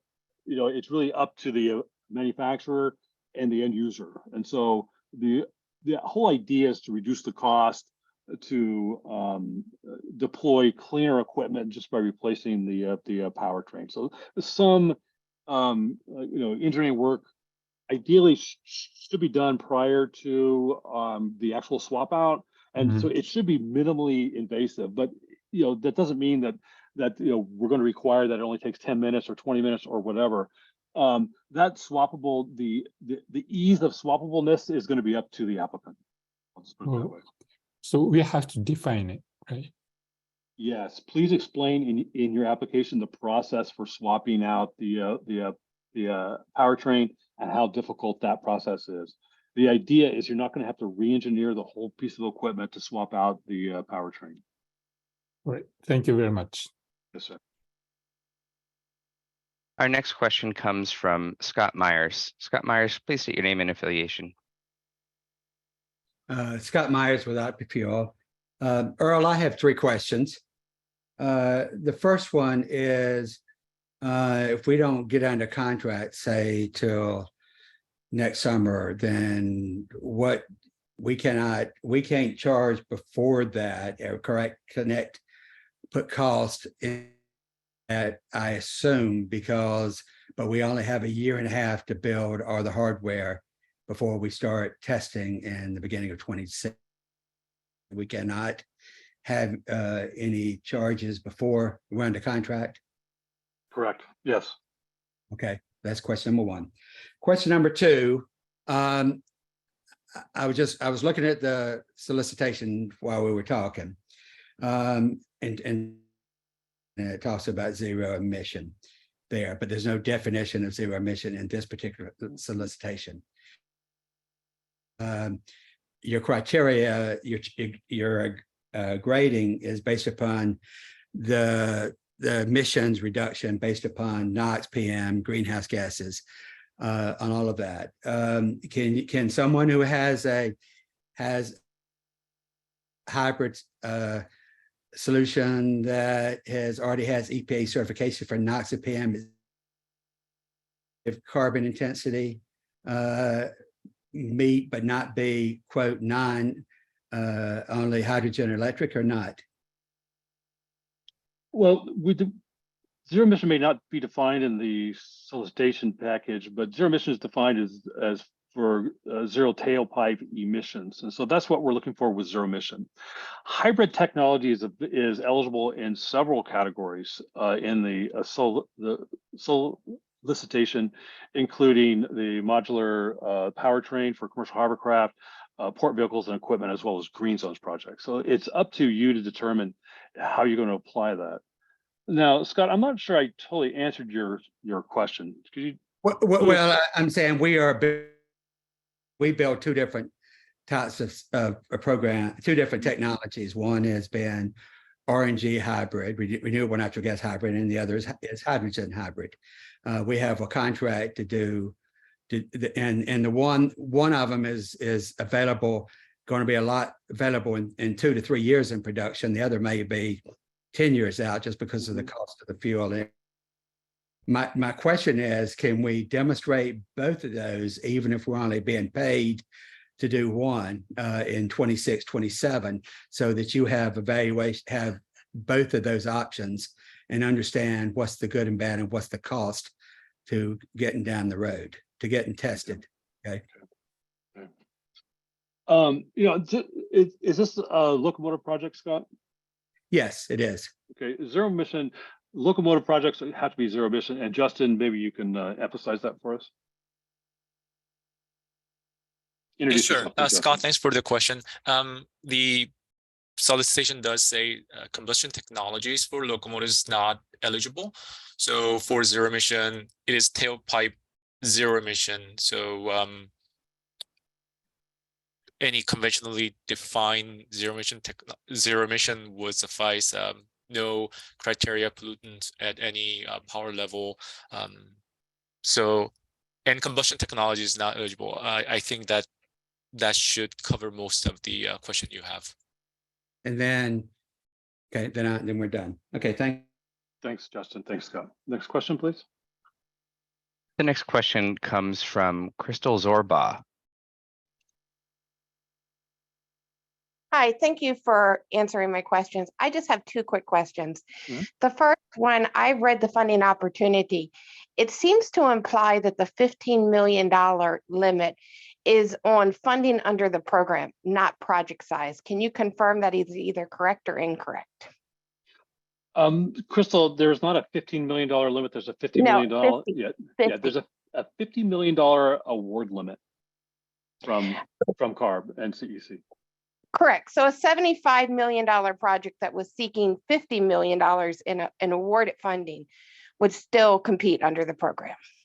You bet. We could have a project over $100 million that would be eligible, as long as they're only asking for 50 million from CARB and CEC. Perfect. And then my second question is a piggyback on something you answered earlier. The question was asked, would zero emission hydrogen switcher locomotives be competitive under the program? I noticed in the funding opportunity, it referenced switcher locomotives in connection with line haul locomotives. And I'm wondering if a proposal that had just switcher locomotives would be generally considered less competitive than one that had switcher and line haul locomotives. Well, I really can't answer that without looking at the specifics of the project, but I will say that a switcher only project is definitely eligible. And it would be a demonstration as far as I know, because there are no hydrogen fueled switchers that are currently available. And so they would be available. Really it depends upon the competitiveness of your application by cost effectiveness, and emission reductions. Correct. So if everything else lined up, it would be fine. Yes. We don't necessarily have a preference to do both a switcher and a line haul project in the same application, though that's not prohibited. It would totally be, yeah, okay, very good. No, Earl, you answered my question perfectly. That's just what I wanted to confirm. So thank you, gentlemen, for taking the time, and your female presenter as well. Thank you. The next question comes from Marina Mays. Marina, please state your name and affiliation before beginning your question.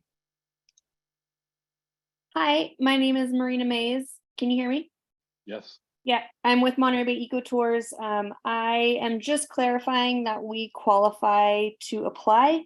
We are a micro for-profit business applying under the commercial harborcraft funding category. I just want to clarify, we do not need a nonprofit or public agency partner to qualify.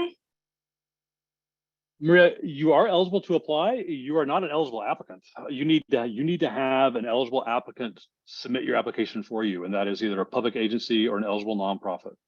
Okay, great. Thank you so much. Sure. The next question comes from Bradley Ziegler. Bradley, please unmute yourself, state your name and affiliation before beginning your question. Hi, thanks. This is Brad Ziegler from 44 Energy. Thanks for this webinar and answering these questions. And forgive me if this had been covered already. We'd had a couple of questions regarding filling out budget sheet for CEC budget sheet versus CARB.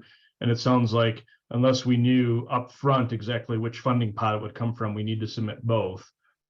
A question I have related to that is for a company that's a subrecipient under $100,000. If I understand correctly, on the CEC budget sheet, we do not have to break out direct labor, unloaded versus fringe, and break out all the costs in detail. I think that's the case. I'd like to please confirm that. And if I understand right, the CEC budget sheet does not require that breakdown as well. But hopefully that's a question that's something that can be answered. If Ian from CEC can jump in and answer that, I'd really appreciate it. I'm sure I could stumble through it. But Bradley, just to clarify, so during the application process, you do not need to submit both the CEC and the CARB budget proposal. So for your application, just the CARB budget proposal is what we are asking for.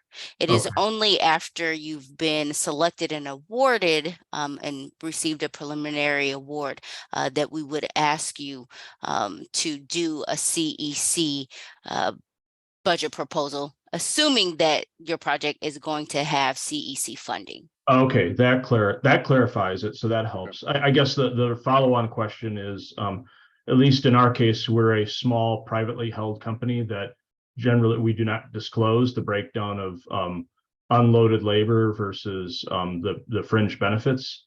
So we're trying to figure out if we would have to do that if we were to be awarded as a subrecipient under this program. And it sounds like it depends, and possibly so. Yeah, let's let Ian from CEC try to give a little more. Okay, thank you. There. Ian, do you have a moment? Yeah, that's correct. If you are a subrecipient receiving under 100,000, then you will not need to fill out a full subrecipient budget, and you will not have to break down those costs. Okay, thank you. Very helpful. Thanks, everyone. You bet. Next question. The next question comes from Michael Ippoliti. Michael, please unmute yourself and state your name and affiliation. Okay, hi there, Michael Ippoliti from Volvo Group. Thanks for this very useful workshop. My question relates to the definition of a municipality. I'm curious if an air district as an applicant could be considered a municipality so that operations within that jurisdiction are considered carrying out the duties of the municipality. Does that work for this grant? Michael, a municipality, a air district is not a municipality. A municipality is an incorporated city. But with that said, an air district can apply for a green zones project with a municipality as a strong project partner. Got it. Okay, thanks, Earl. Sure. Our next question comes from Ken Frank. Ken, please unmute yourself and state your name and affiliation.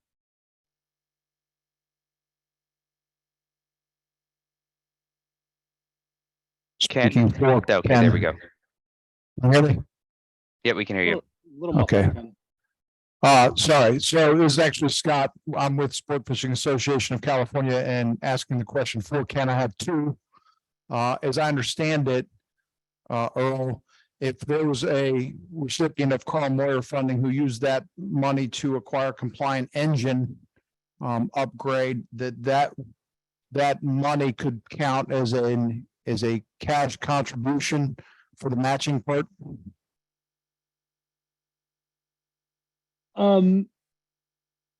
Could, yes. Really, it needs to be approved by the air district. We need to make sure that the emission reductions that are associated with the Carl Moyer project are held true, and that the emission reductions from the demonstration and pilot project will be solely focused on greenhouse gas emission reductions. And so with the Moyer project, all the criteria emission reductions are claimed by Carl Moyer.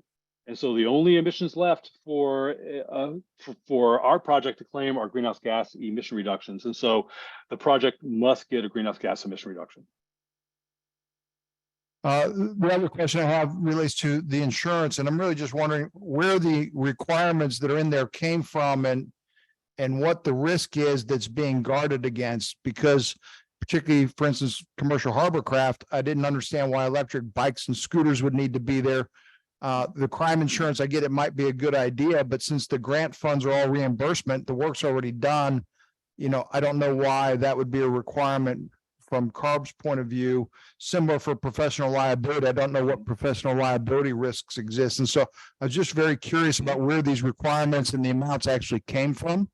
Sure. So the requirements come from the fact that our sample grant agreement applies to all of the incentive projects that CARB implements.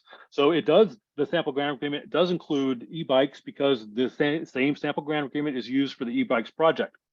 Now, if the insurance requirements for a specific project, those numbers come from experience and from things that have happened in the past with other projects, even outside demonstration and pilot projects. And so that's where they come from.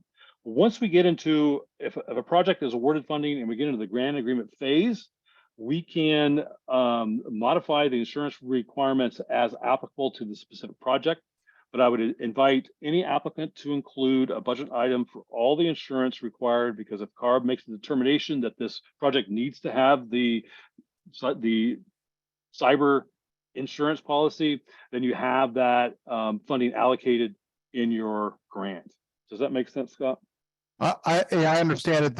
And then you said before in answer to a question about whether there's been verification that all of these programs and coverages exist in the marketplace. I didn't quite know that I understood the answer. Is all of these programs and these coverages available in the market? It's not entirely clear to me that all of the requirements in the grant agreement are applicable to every vessel, vehicle, or piece of equipment type, and if they're even available by the insurance industry. And so, like I said, please include a budget item in your application for insurance, whether it's match or for reimbursement, that covers all of the insurances. And once we get to the grant agreement phase, we can make a determination if some insurances are not needed. Appreciate that, Earl. Thank you. You bet. Thank you. Our next question will come from Michael Rinaldi. Michael, please state your name and affiliation before beginning your question. Hi there. My name is Mike. Hello, am I unmuted? You're fine. We can Michael. hear you. Oh, okay. Matt, you have a thing that's popped up on your screen. Thank you. All right. Sorry, Michael. Please continue. Well, first, my name is Michael Rinaldi. I'm from Net Technologies. I want to thank everyone for this very informative session, all the good questions. My question is just more of a clarification. Was it true that the California state budget for 2023-2024 has not allotted funds for this program? And I also wanted to ask how long or for how many more years will this program is it expected to continue? Oh, good question. So, Michael, you are correct. The budget has not allocated funding for fiscal year 23-24 for demonstration and pilot projects. This is not unusual. There are typically gaps in funding with demonstration and pilot project programs. As an example, we had a gap in funding in 2021 or 19-20. We had a gap in 16-17. We had a gap in 13-14. And so this is not an indicator of the health of the program. And so it's the demonstration pilot project program is an original AQUIP program that started in 2009. So it's been running for 14 years. I don't see that it's going to be ending anytime soon. All right, thank you so much. I appreciate it. You bet. Our next question comes from Brandy Rahel.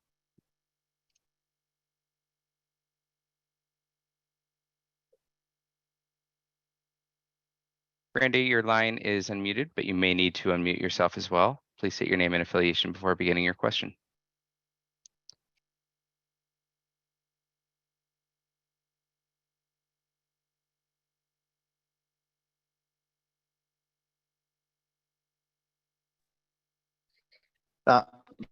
Sorry, this is actually Graham. I didn't realize it was under Brandy's registration. I have a few questions, but first, really want to thank Desiree and Earl and Matt. There's been so many questions. It's a lot of information for us and for you guys. So the first question is, for a new CHC zero emission vessel, would this be a compliance or non-compliance vessel with a 3 or 12-month demonstration period? And does it matter if that vessel is a replacement for an existing vessel or an additional vessel to a fleet? Okay, first of all, I answer your second question first, and that is this program does not require scrap, so you can add additional vessels to your fleet through this program. Okay. A zero emission commercial hovercraft project can apply for either the AB 179 commercial hovercraft regulatory compliance funding or for the, we have two standalone commercial hovercraft demonstration projects, one for zero emission commercial hovercraft and the other for zero emission hovercraft supporting infrastructure. And so if you want to apply for the AB 179 funds, please state that in your application. It would also be advisable that if you put a statement in your project narrative that if you don't receive funding for the AB 179 funding, that you would like to be put into the competition for the other project categories. And then I think the other part of your question was depending on the funding source that you use, or that you're awarded, the field demonstration requirement may change. But I will caution all the applicants that are looking for AB 179 dollars for a zero emission commercial hovercraft and are thinking that they can get away with a 3-month demonstration. I think that is probably not feasible, that a longer field demonstration is going to be needed because you're going to have to also get CARB certification if it doesn't already exist. Yeah, that makes sense. I don't mind the longer demonstration period. But I think then that kind of leads to the second question, which is for a new CHC that with the design, the Coast Guard approval, equipment ordering, vessel build, delivery, Coast Guard COI, 12-month demonstration period, all have to be completed by March 2026. Because if you need to do all of those by March 2026, then the Coast Guard's design approval would have to be received by, let's call it July 2023 to make it viable. Right. And I'm Graham, I'm going to call you Brandy because that's the name that's coming up. But the end date of the project is March 2027, not 26. Okay. Hopefully that alleviates your issue. Next question, please. The next question comes from Alina Mullins. Alina Mullins, please unmute yourself, state your name and affiliation. Thank you. Hi, Alina Mullins, San Francisco Recreations and Park Department. I'm sorry if this is already been answered. I just want to confirm, are grant funds required to be voluntary and surplus, or can the funds be used to meet mandated local requirements? Good question, Alina. Our funds do not require surplus emissions. Okay, thank you so much. You bet. Next question comes from Caroline Delcourt. Your line is unmuted. Hi, thank you. This is Caroline Delcourt from Delco Tech Consulting. And thank you for this session. I second to everyone who say that there's a lot of questions to answer. Thank you. My questions are more straightforward. There is currently a CEC funding going on for innovative infrastructure that is more focused on the infrastructure side, right? And then this one seems to have the modular zero emission capable cargo handling equipment. If there is applicant that is interested in using the funding, stack funding a little bit between the two funds. And I was looking at page 6 of your solicitation. It says, if an application proposed to use an award of funding from another state agency, a portion of their in-kind match, the award letter for those funds must be included as part of the applications. Then my concern is the other one, the CC one, the result probably won't come out by October because the deadline is actually both in October. So we won't have a award letter ready. So it'll be more like a pending or just disclosing the narrative that we're applying for that. So how do we handle this situation, please? Yeah, Caroline, you can apply and state in your application that you've applied for the CEC funding and that you're waiting an award. And then that the requirement, if we select your project, will state in the preliminary award letter that the CEC award needs to be in place before grant execution. And so we're expecting grant execution in Q4 of 2024. And so hopefully the CEC will be through their process. And of course, this is all assuming that the CEC award can be used as match. Yes, and yeah, also in another word, inside the solicitation that says award letter must be included as part of application. It's not really the award letter. It's more like just at least we have to disclose it in the narrative. You're going to get scored down because you don't have an award letter, to be honest with you. Okay. Because the funding is not secured. But we'll let CEC run their process, and if we do select your project for funding, then we'll require that award letter be in place before grant execution. Okay, thank you. And then just another follow-on question on that one. If that's the case, because then it means that infrastructure is kind of pending on the other one. It's more like a conditional, right, in the narrative. Would that be score lower be affected that because it's conditional, or we just treat it as like it's still looking just the benefit emissions and everything? No, you'll actually get scored down because you don't have a secured award, because it is pending. You don't have funds. It's just an application. So sorry, I missed that. It was scored You down will or? get scored down, yes. Okay, okay. Thank you. Thank you for the clarification. You bet. Our next question comes from Lauren Dunlap. Lauren, please unmute your mic and state your name and affiliation. Hi, my name is Lauren Dunlap with Starcrest Consulting Group. Oh, I'm embarrassed. I just spaced out. I'll figure it out. I have to find my notes. It's been a long Oh, day. I got it. I apologize.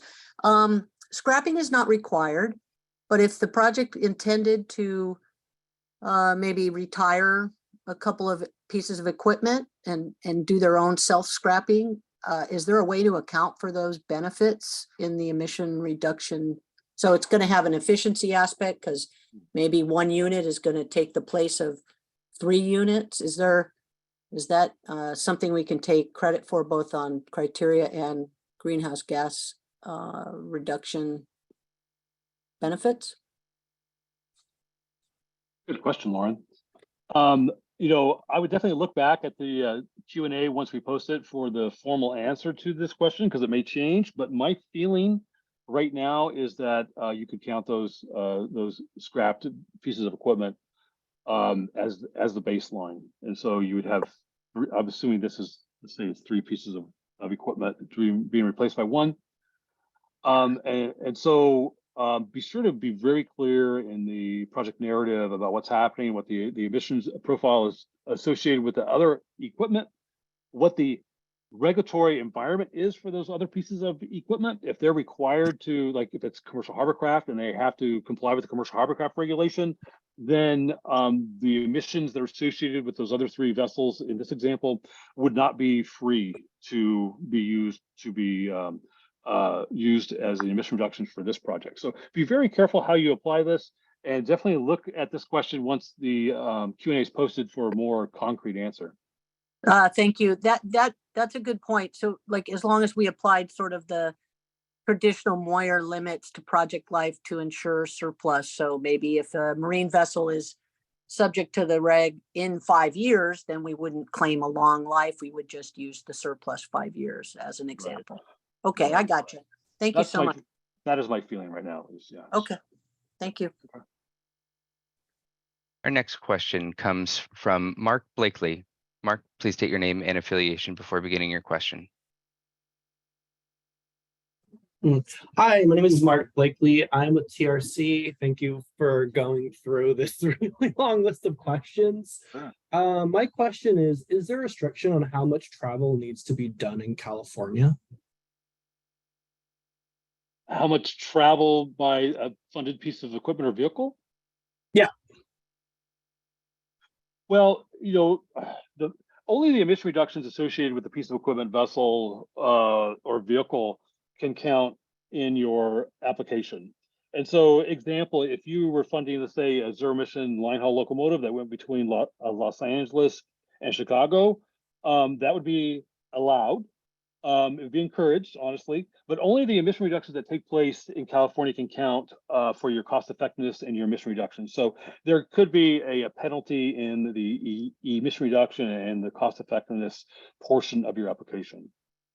Okay, so if you had like short haul trucks that were going from like Northern California to Southern California, as long as the emissions, all the activity took place in California, those emissions calculations would be fine. Yes. Okay, thank you.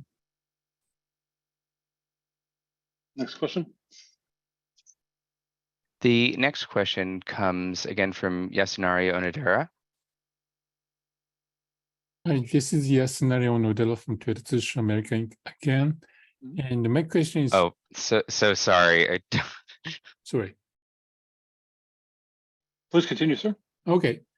So my question is regarding the requirement of 10 years of remaining usable period of converted cargo handling equipment. And it was mentioned that to prove the 10 years of remaining usable period, the applicant should submit competent authorities certificate. And could you please elaborate on the competent authority and what must be in the certificate or report? It's kind of undefined, but a certificate, if it's a marine vessel, this would be from either a naval architect or someone equivalent who's able to make a engineering assessment as to the remaining life of the piece of equipment. So this could also be an engineer, a licensed engineer that's making an official assessment as to the remaining useful life left in a piece of equipment. And I would, include in your application definitely a description in your project narrative of the piece of equipment, include pictures. You may even want to decide to pull that out of the project narrative and have an attachment that details what you think the remaining useful life of a piece of equipment is. What the CARB CEC review team is going to be looking for is a reasonable argument that explains why this piece of equipment or vehicle or vessel has the remaining useful life. Okay. So, this engineer's assessments must be by third-party engineer, right? Ideally, yes. That's would carry more weight than a Toyota engineer in this project. Yeah. Okay. Thank you very much. You bet.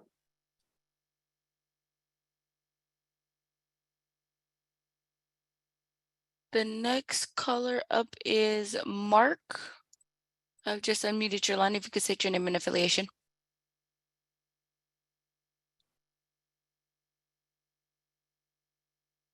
Mark, you may have to unmute yourself.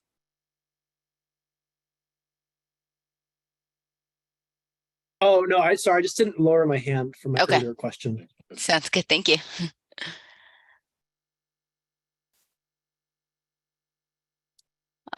So the next we have up is Michael. I've just unmuted your line. Hello, thank you. Yes, Michael Ippoliti from Volvo Group. I had a follow-up question related to municipalities. If we have municipalities as partners, are only their own fleets allowed to acquire vehicles, to do city duties, as it says in the solicitation? Yeah. And can private fleets based in those cities acquire vehicles or charging facilities for public access in those cities? What would be allowed? Yeah, Michael, the Greenfields projects can fund vehicles, equipment, et cetera, that are not owned by the municipality. So we have that flexibility. And then the second part of your question, yeah, if the Greenfields project is installing infrastructure, then having it being public access is definitely a plus, and you'll score better than applications that don't have that. I think I'm missing a part of your question, Michael. Well, I'm thinking, for example, if, say, a city were acquiring some medium-duty trucks for part of their fleet, they would probably want private charging, and they would not be using any charging facilities that were built outside of their depot. But if we have those kinds of facilities for, say, a drayage fleet that's based in the city, would that be allowed? It would be allowed, but it'd have to be part of their Green Zones project, a larger project. Yeah. Right. It's something that is serving the municipality and providing vehicles for the city activities. One of the ultimate goals, Michael, of the Green Zones project is breaking down barriers to zero emission adoption. And so that's the thrust of all the projects that we want to see, is breaking down barriers to zero emission adoption. So if there's a city out there that wants to set up a charging yard for drayage trucks as part of their Green Zones projects, then that's great. If a city wants to have a private charging for their municipality fleet, that's allowed. But if they allow public access to that charging asset, then the application will score better than those that don't. Got it. Okay, good. Okay, understood. Thanks, Earl. Great. You bet. Thank you, Michael. Our next caller is Caroline. I've unmuted your line. Please state your name and affiliation. Thank you, Desiree. This is Caroline again from Delco Tech Consulting. Just to follow back on the questions on the CEC award one. So I noticed that the CEC one actually announced before probably this COP funding announcement of award. So if in order not to be scored down, is it possible for the applicant to provide update with the award letter before your announcement so it won't get scored down on the application? We cannot accept additional additions to the application after the close date of the solicitation. Now, CEC uses a NOPA process, not necessarily a preliminary award letter process, and that NOPA process is pretty quick. So it's a posting on their website before they have approval from their governing board.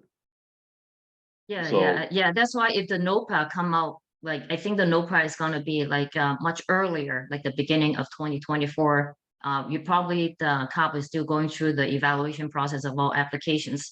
So that's why I was wondering, with the announcement of the NOPA, would it help to remove that score down? Because now knowing that the infrastructure would definitely be there with the CC award to avoid that score down. No, we can't accept additional information after the close date. But I'll tell you, if we select your project for funding and we come back to you in December or January and say, hey, did you get the CEC award? You could say, yes, we got it. Now we can move forward with a grant agreement. So we can't go back and change scores based on additional information that is submitted after the application deadline. And so that highlights a larger point, and that is that if the CARB and CEC scoring review team asks for additional information to fill a gap in your application, additional points cannot be added for supplying that information, only moving forward in the process. Okay. So in another word, we're combining solicitation. We really have to watch out for the timetable then. You bet. You bet. Okay, thank you. Sure.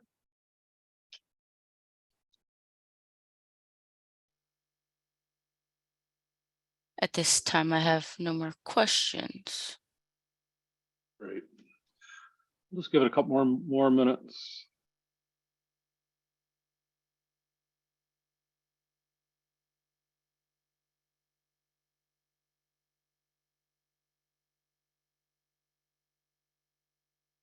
I'll just remind everybody that we intend to post the Q&A on September 13th. So check the solicitation page for that.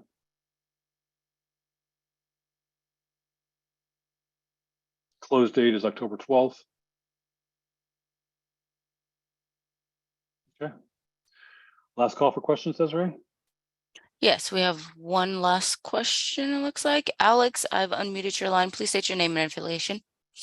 Oh, hi, this is Tracy Fidel with the Port of Oakland. I have a question whether the Port of Oakland can be considered a municipality since we're a division, we're actually a department of the city of Oakland. The Port of Oakland is not a municipality. If you'd like to submit a green zones project, and the Port of Oakland can do a green zones project, have the city act as your municipality. So even though technically we are the city? Then submit an application as the city of Oakland. Oh, as the city. Okay, thank you. You bet.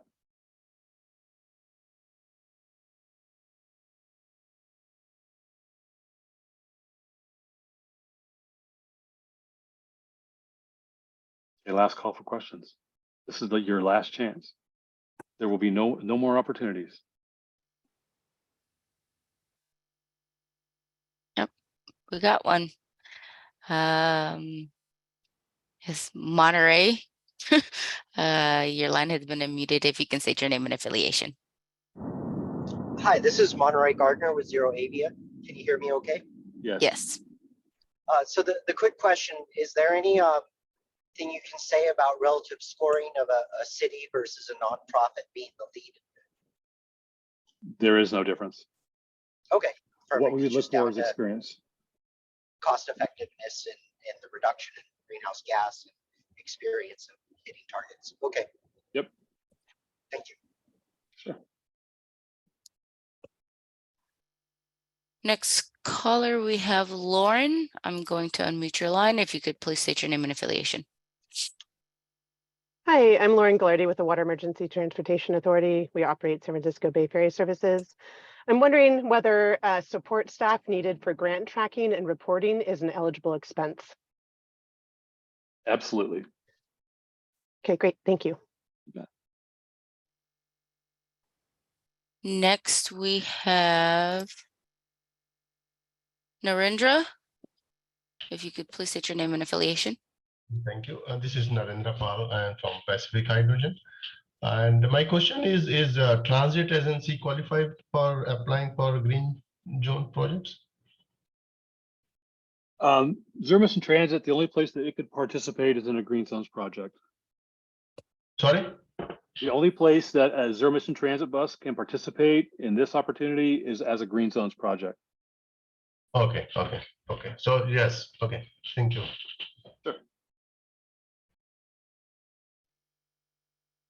We have no more hands at this time.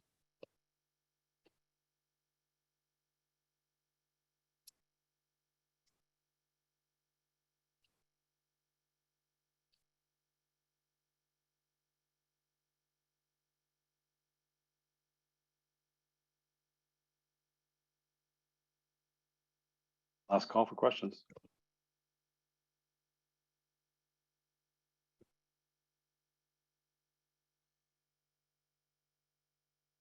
Okay. I think we can call it. Okay, then we're going to go ahead and call it today. Thank you everyone for participating today and sitting there and listening to Desiree and I talk for 3 hours today. Appreciate that. Also, I want to remind everybody that a video of the work group will be made available on the low carbon transportation meetings and events page in a few days. Actually, it's on the solicitation page in a few days. Hopefully by Friday or by Monday, it'll be posted. So you can take a look at everything that was said today, and a reminder that the final version, the real version of the answers will be posted on September 13th in the Q&A document, and answers in that formal document may supersede the verbal responses given today during the Zoom teleconference. Thank you, everybody. Hope you have a good day, and I look forward to reviewing your applications.